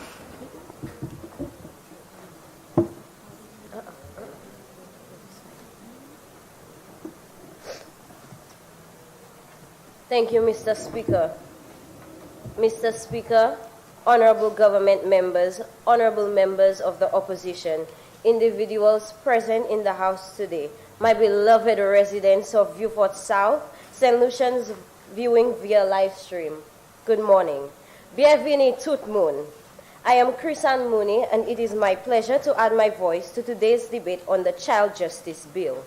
I will seek today to speak on the importance of the bill in regards to youth development, what leads to criminality in children, opportunities that will be provided to the youth, and expansion of necessary services.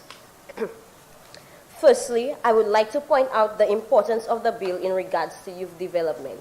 Mr. Speaker, as you know, not all of our youth in St. Lucia have the same opportunities.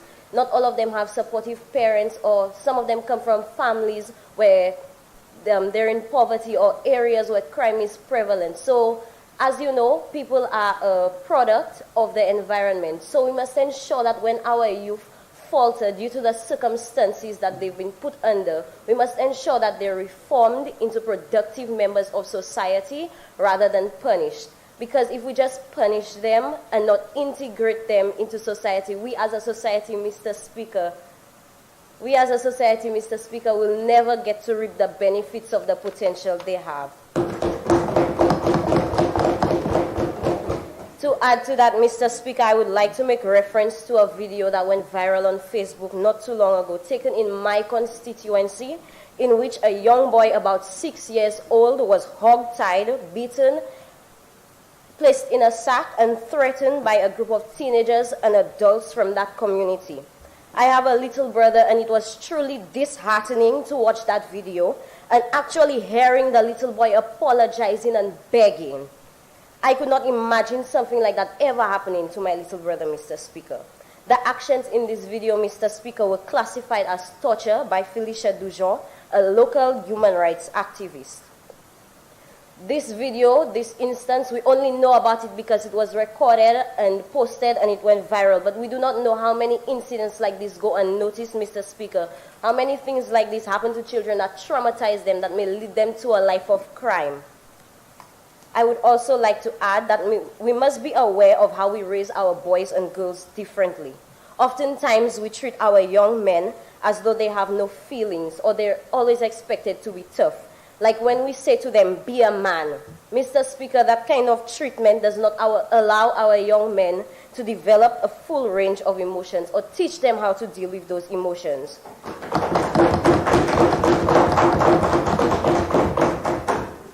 Also, Mr. Speaker, again and again I witness parents allowing their sons to misbehave without discipline, with the excuse boys will be boys, and that could be another hindrance to child justice. Apart from that, being aware of apart from being aware of what causes criminality in children, Mr. Speaker, we must also look to prevent it. The only effective way to reduce and prevent juvenile crime is to balance tough enforcement measures with targeted and effective intervention initiatives. That's a quote from Janet Reno, Attorney General of the United States. She said this to say we must look to occupy our youth more productively so that they do not fall prey to crime. Because as you know, Mr. Speaker, idle hands are the devil's workshop. We must look to provide opportunities for our youth to join groups both in and out of school. In addition, the Social and Economic Review of St. Lucia in 2021 stated that the youth unemployment rate is at a whopping 37%, Mr. Speaker. This bill will bring forth new opportunities for the youth both in and out of the workplace. With this, I wish to support some of the views articulated by the member for Ancillary Canaries in relation to the COVID-19 pandemic exacerbating problems we face with our youth. As the UN Secretary General Antonio Guterres expressed, young people are on the front lines of the struggle to build a better future for all. The COVID-19 pandemic has highlighted the dire need for the kind of transformational change they seek, and young people must be full partners in that effort, end quote. While youth are on the front line of those problems, they must also be a part of the solution. And if we stop looking at our young people as problems and look at them as partners instead, we'd be better equipped to deal with the problems we're facing. Lastly, this bill will bring about opportunities and assistance for the youth, as I previously stated, and the expansion of necessary services that will aid. It will bring about the addition of a special unit in the police designated to dealing with child offenders. Mr. Speaker, our police, as we have them right now, are not properly equipped to deal with child offenders. But without this bill, the police will have no idea what to do, the magistrates will have no idea what to do, and the parents will have no idea what to do either. So we must add another unit to the police to deal with this. As you know, Mr. Speaker, legislation is never perfect, but it provides framework and it gives police and all involved parties a sense of direction. My government is going to continue to do their part along with the opposition to ensure fair trials of our children. But we also need support from families, members of the community, teachers, religious leaders, etc., so that the legislation does not stand on its own. I'm pleading with everyone to think not from the perspective of I am right and you are wrong, but with the best interest of St. Lucia in mind, because the 17 people seated here today and the 11 senators alone cannot fix everything. I would like to leave everyone, through you, Mr. Speaker, with a quote from Grace Abbott. Justice for all children is the high ideal in a democracy. I thank you.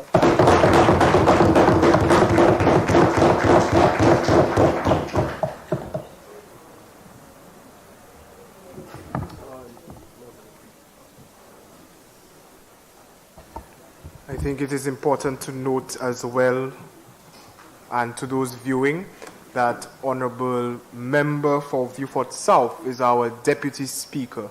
So I think just for our viewers to know a little more about you and our proceedings. Leader of the Opposition, Member for Castries East.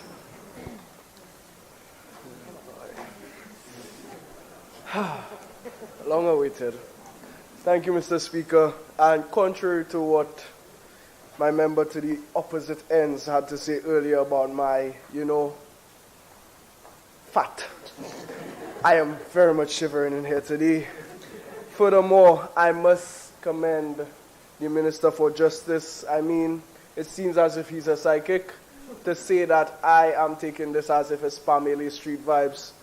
But, Mr. Speaker, as the member for Castries East for what is now the second consecutive sitting in a row, something that none of you have done, second consecutive sitting in a row, it is important that I begin by recognizing the constituents of Castries East.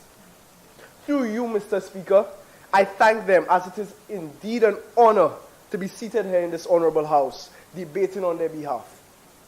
Mr. Speaker, my colleagues and I remain firm in the belief that the opposition of this House is not simply meant to oppose, but to instead work hand in hand with the government as representatives of the majority and the minority to create the best outcome for the citizens of this country. And I fully believe that today's debate on the Child Justice Act of 2018 is the opportune moment to exercise this belief.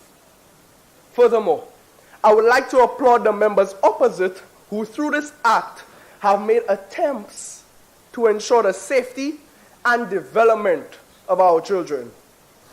Mr. Speaker, nothing is perfect though, which is why, although my colleagues and I wholeheartedly support the principle of this bill, we cannot sit here and act as if it has no flaws. And we intend here today to provide amendments which we hope will be considered for the improvement of this bill and, by extension, the betterment of the lives of the citizens of St. Lucia. Mr. Speaker, in 2016, the OECS alongside USAID would have started the second reiteration of the Juvenile Justice Reform Project, aptly titled JJRP2. This project was founded on 3 pillars: diversion, rehabilitation, and reintegration. The JJRP was considered to be the starting point for at least 5 countries, inclusive of St. Lucia, here in the Caribbean, in terms of drafting and enacting new child justice laws through policies and bills. As mentioned earlier, the JJRP speaks to diversion, rehabilitation, and reintegration. Yet, Mr. Speaker, is it not baffling how the Child Justice Act draws primarily from the pillar of diversion? I mean, we sit here, and all of them before me, everything they have to say is diversion, diversion, diversion. Where is the rehabilitation? Where is the reintegration? Mr. Speaker, what is the purpose of diversion if we as leaders cannot offer our young people the opportunities to reconcile with their mistakes and grow? And yes, the members opposite may rebut that they have made provisions in terms of counseling and etc. But Mr. Speaker, where exactly does counseling get us when our children are more than likely to be sent right back into the eye of the storm? Will it not cause a relapse? We must recognize that if we are to provide proper rehabilitation, proper diversion, we must start at the grassroots level. Provisions in this bill should be made out to not only the relevant minister, but all of you ministers. All of you. It should be made out to all the ministers whose portfolios affect the social aspect of our children's lives.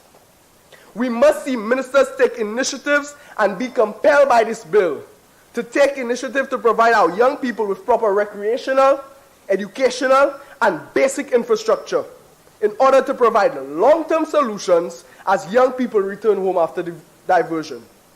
By no means am I saying that we must forego counseling, Mr. Speaker, as I have recognized firsthand the positive impacts it has had on our children, but I am saying that we must have other programs, other initiatives in place which coincide with our counseling program to create an effective pillar of rehabilitation within this bill. Mr. Speaker, I am effectively saying that we must rid ourselves Member of the for storm. Ansari Canaries. Mr. Speaker, I would like to stand on a point of elucidation. Member, do you yield? No, I shall not yield. The Member. member shall sit down. Member. Mr. Speaker, I am Continue. effectively saying that we must rid ourselves of the storm and prepare for others before they occur for proper rehabilitation to happen. Mr. Speaker, for much too long, my constituency of Castries East has been plagued with a negative stigma. And yes, we have had our fair share of incidents. But Mr. Speaker, as a resident of the constituency for the last 17 years of my life, I can tell you firsthand the implementation of several recreational facilities, such as playing fields and courts, have improved the standard of living for us as young people and has also helped many of my peers to stay away from idling and possible criminal activity. These facilities and these steps that have been taken are the ones to blame for the true rehabilitation of not only the young people, but the community as a whole. So yes, counseling is useful and it is effective, but providing our young people with outlets of expression are just as useful and maybe even more effective. And the provision of these outlets is paramount in ensuring that not only the proper rehabilitation of those who have gone astray, but also in the prevention of situations leading others to go astray.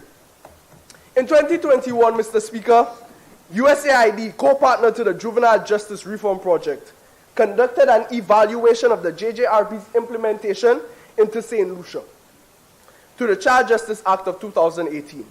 And unsurprisingly, this evaluation highlighted flaws in relation to what I just discussed earlier, flaws in rehabilitation.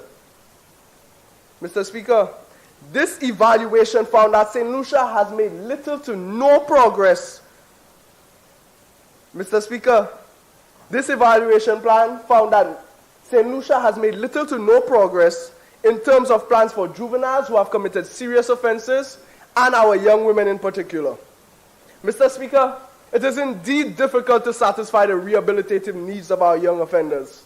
And as the evaluation so rightly identifies, it is often due to the fact that our young people lack maturity and engage in impulsive, reckless behaviors.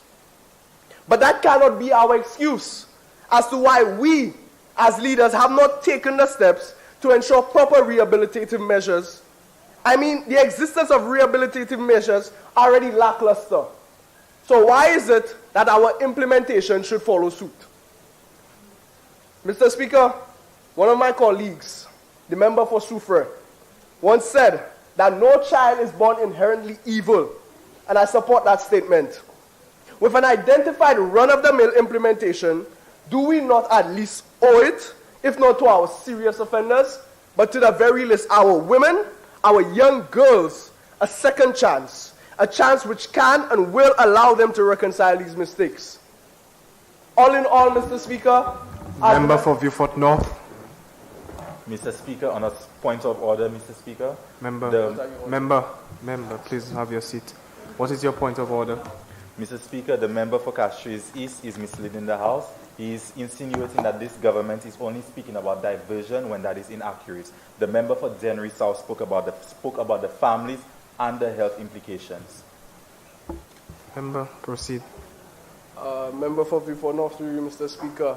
If you would have listened to what I said you spoke primarily on diversion. Member for the chair, remember? I said through you, Mr. Speaker. Keep it. So yes, all in all, Mr. Speaker, as the member for Castries East, I believe it necessary that this bill makes provision for not just the relevant minister, the Minister for Justice, but all ministers who hold portfolios, whether it be in the ministries of education, social transformation, foreign affairs, youth development, whatever it is, be required to ensure that our young people are provided with areas of or for further rehabilitation following diversion. And not only that, but these areas are maintained on a specified regular basis.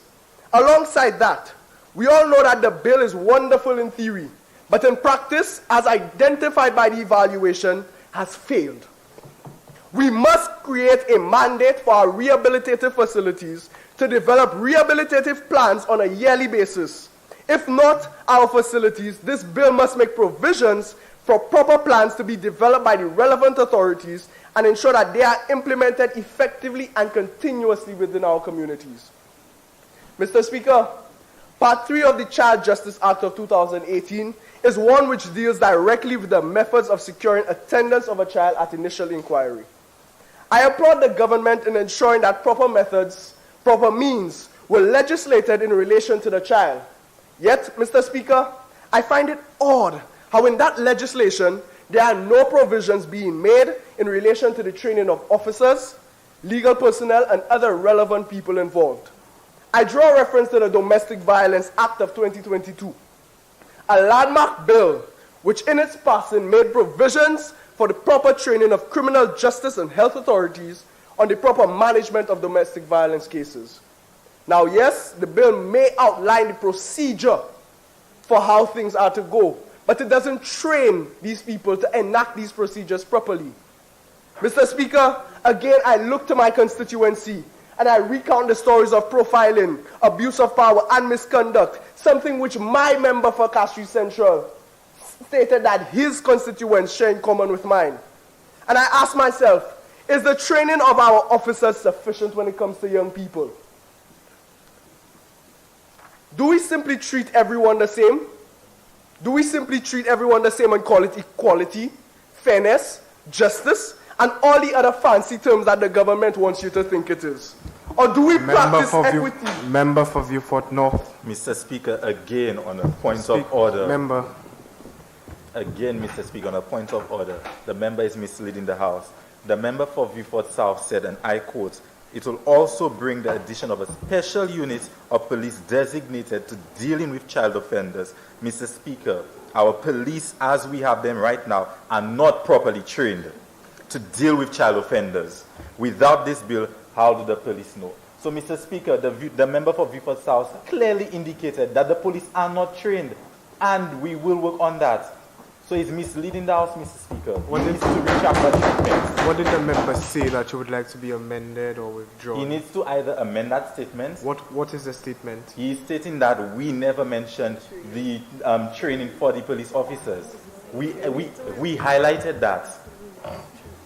Member, I think the modus operandi of the House today has to be to symmetrically align. I think so. So I think if you are going off course, to symmetrically align yourself in your presentation. Mr. Speaker, I am very much aligned, but I think the members opposite me need to be aligned with their own bill. Because back in 2018, when this bill was passed, there were no provisions being made, which is why today, as we argue for amendments to be made to this bill, I propose that provisions be made for the training of officers. So again, Minister for Justice, member opposite me, next time you stand on a point of, through you, Mr. Speaker, next time you stand on a point of order and say that I am misleading this House, make sure you are not misleading yourself. Mr. Speaker, in Section 46, subsection 1 of the Child Justice Act of 2018, it is stated that the court shall conclude the trial of an accused child as speedily as possible and shall ensure that adjournments are limited in number and duration. Now, Mr. Speaker, I am by no means a legal practitioner of any sort, nor do I hold any degree in any field of legal studies. But I am, on the other hand, a student of law. And so are some of my colleagues seated within this honorable House today. The very nature of law is to provide justice, and justice cannot be rushed. I understand the need to rectify all issues in relation to a child as swiftly as possible in order to allow for the return into society. But Mr. Speaker, again, we look at those young offenders who have committed severe offenses. Is it really justifiable for Parliament to place a time limit on the judiciary in the carrying out of justice? Mr. Speaker, I continue on the basis of legal theory. Earlier, one of the members opposite would have mentioned the rule of law. Yes, you did. Go through your speeches. Go through all your nice legal points. Member, through the chair. Sorry about that, Mr. Speaker, again. But on the basis of legal theory, have we simply forgotten about natural justice? The right to a fair trial. What is fair about placing an added strain on an already overwhelmed legal system? Something that has been noted by the member and the Minister for Justice when he said that there was a backlog of cases which resulted in these high numbers that he wanted to show us in his little document that he presented to the House. Mr. Speaker, Member, you have 15 minutes left to conclude. Does this not increase the bias of the judge and other legal personnel to simply conclude the trial before the necessary prerequisites of the case are met? Mr. Speaker, the right of the child to be heard is indispensable. And when the law is determined by a biased judge, it calls the entire system into disrepute. As Section 8, subsection 1 of the Constitution of St. Lucia so rightly put it, if any person is charged with a criminal offense, then unless the charge is withdrawn, the case shall be afforded a fair hearing with a reasonable time. The key words being reasonable time, Mr. Speaker. There is nothing reasonable in time when it comes to Russian justice. Mr. Speaker, I argue here today that an amendment be made to the Child Justice Act of 2018 to include direct provisions for the training of special units and the wider police force in the management of our young people. Training that will outline the proper apprehension of our children, the circumstances under which a child is placed in confinement. A point of order, Mr. Speaker. The leader of the opposition is misleading the House. He's trying to say that by way of this bill, we are rushing the system. There is no specific time given for any of these proceedings. The bill has stated, and I quote, a reasonable time, unless, of course, the leader of the opposition is a judge himself or the director of public prosecutions. He may not dictate what is a reasonable time, etc. I would like him to amend or otherwise withdraw the statement. Thank you. Member for Cashews East. I think in the submission of the honourable member, he will symmetrically align himself again. Mr. Speaker. I would think that you made reference to a law colleague of yours, and I think he's guiding you, so please align. Mr. Speaker, I accept no guidance from a man who gets lower grades than me. But, Mr. Speaker, I return to earlier points of my presentation, which stated that Section 46, subsection 1 specifically states, the court shall conclude the trial of an accused child as speedily as possible and shall ensure that adjournments are limited in number and duration. Where do you see reasonable time? Where do you hear reasonable time? Member for Cashews East, through the chair. Again, stop misleading yourself before you mislead the House.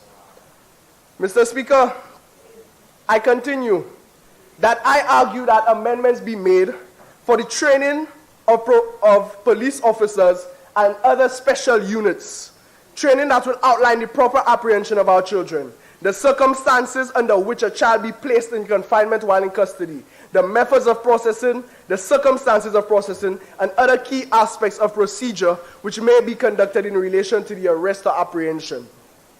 Furthermore, I ask that an amendment be made to change Section 46, subsection 1 of the Child Justice Act to allow for an allocation of a particular time frame no less than 12 months, alongside provisions for that set time frame to be extended upon exceptional circumstance. Mr. Speaker, at the end of the day, we can continue sitting here and debating how this and that has changed, how these numbers have gone up and how these numbers have gone down since the enactment of this bill. But what we cannot do is sit here and debate that prevention is better than occurrence. What I mean by that is we cannot sit here and debate that it is better for crime to occur among our young people than for us to take the necessary steps to prevent it even before it occurs. In many ways, the idea for short-term rehabilitation is the idea for long-term prevention. I mean, think of it. The wonders that new facilities, such as courts, playing fields, and resource centers, and much more can do, and how improving the already existing ones can benefit our children.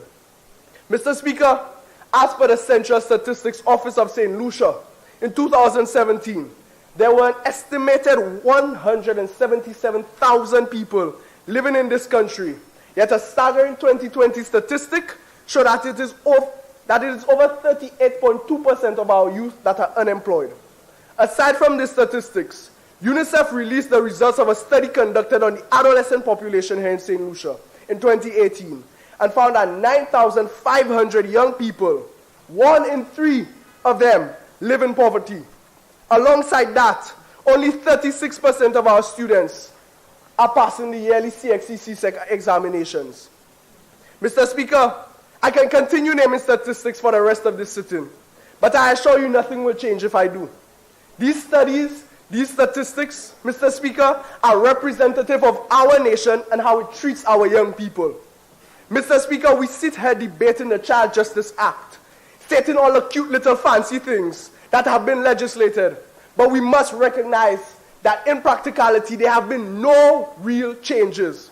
Mr. Speaker, I wholeheartedly believe that prevention should be an integral piece of this bill, a piece which is representative of a fourth pillar. Earlier, the member for Answer spoke about construction. And I mean, Mr. Speaker, do you know any house that was built on 3 pillars and is still standing? Do you? Well, Mr. Speaker, I'm sorry, that is not a good house. With the above studies and statistics, we see poverty seemingly rampant amongst our young people. And many key studies have proven to us time and time again that poverty has a direct linkage to crime.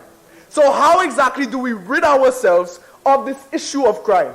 We do it through investing in our people, our young people, through preventative measures and economic initiatives.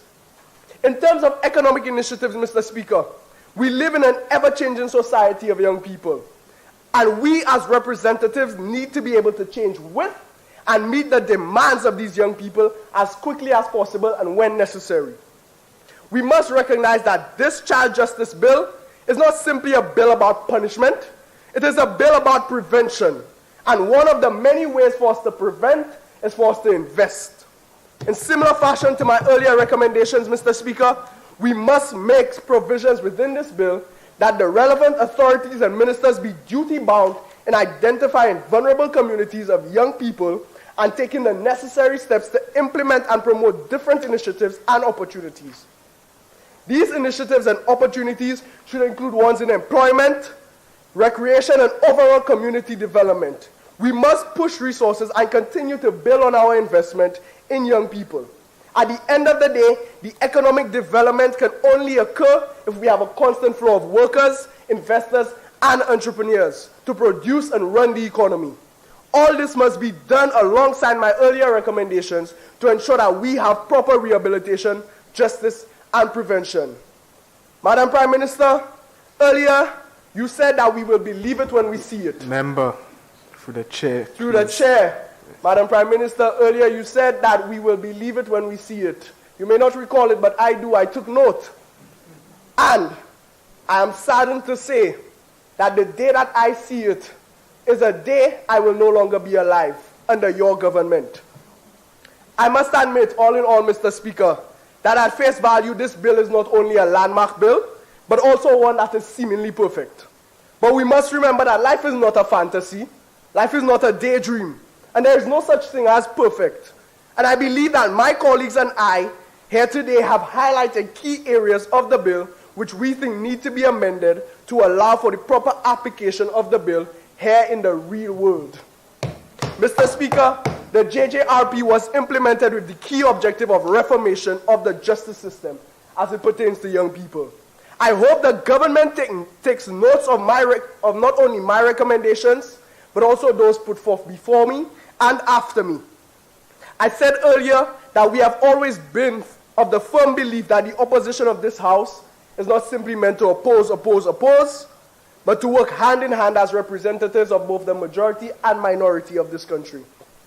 And though my criticisms may have been harsh today, I believe that our recommendations are necessary to strengthening and providing true reform of the juvenile justice system here in St. Lucia. Thank you, Mr. Speaker.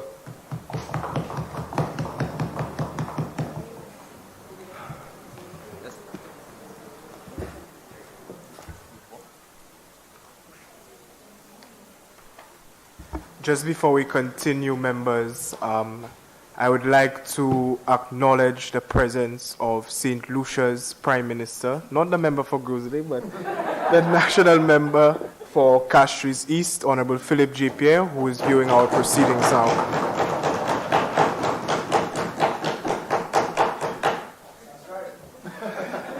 Member for Castries East.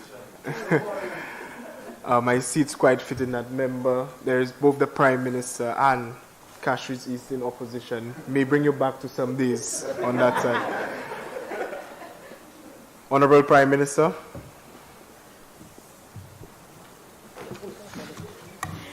Mr. Speaker, I move for the suspension of the sitting of the House until 1:40 PM. p.m. Okay.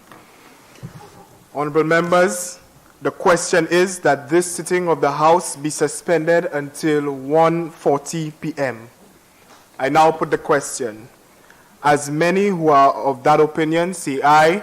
Aye. As many who are of a contrary opinion say no. Aye. I think the ayes have it. The ayes have it. Meeting suspended.